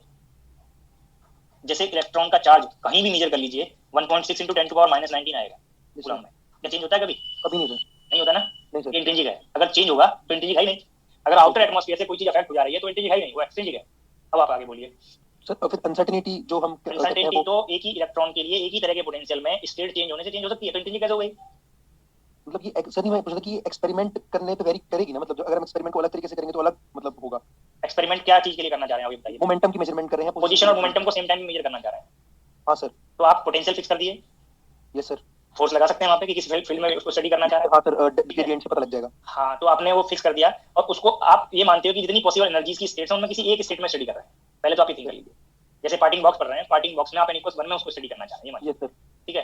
तो आप जब n=1 में स्टडी करना चाह रहे हैं तो उसके अनसर्टेनिटी प्रोडक्ट की जो वैल्यू होगी वो सिंगल वैल्यू आएगी, वो वैल्यू चेंज नहीं होगी थियोरेटिकली। जैसे हम बोलते हैं पूरी बात सुन लीजिए, अनसर्टेनिटी प्रोडक्ट की वैल्यू आएगी। या और मैं एक इजी एग्जांपल दूं, आप हार्मोनिक ऑसिलेटर पढ़ रहे हैं, हार्मोनिक ऑसिलेटर की ग्राउंड स्टेट में आप delta x delta p h×2 ये थियोरेटिकली पढ़ते हैं। Yes sir. ठीक है, डेल्टा x की वैल्यू भी आप n + ½ से ये बनेगा h×2 m ओमेगा, ये मान लीजिए। Okay sir. Half square root में ये बात, ठीक है? Yes sir. यूनिट को थोड़ी देर के लिए इग्नोर कर दीजिए जाएंगे। ऐसे डेल्टा p फाइंड करेंगे तो हाफ ये भी स्क्वायर रूट में आएगा और यहाँ पे m h×ओमेगा स्क्वायर रूट, ठीक है? ये जो मल्टीप्लाई किया तो h/2 बन गया। यस तो सर। ये एक पर्टिकुलर स्टेट में पोजीशन की अनसर्टेनिटी, मोमेंटम की अनसर्टेनिटी थियोरेटिकली हमने कैलकुलेट कर लिया। तो जब आप ऑब्जर्वेशन करेंगे, एक्सपेरिमेंट करेंगे, तो आप अनसर्टेनिटी प्रोडक्ट डायरेक्ट कैलकुलेट कर लेंगे एक्सपेरिमेंट में? नहीं सर, हम मेजरमेंट करेंगे, मोमेंटम करेंगे। किसका x की वैल्यूज निकालेंगे उन्हीं डेटा से आप एक्स स्क्वायर निकालेंगे, पी निकालेंगे, उन्हीं से पी स्क्वायर निकालेंगे, अब इनका एवरेज करेंगे। यस सर, मतलब उनसे वो वेरिएंस निकाल लेंगे। हां, मेजर तो आप किसको कर रहे हैं? सिर्फ एक्स और पी को ना, कि क्या-क्या वैल्यूज हैं। यस सर, क्लियर हुआ?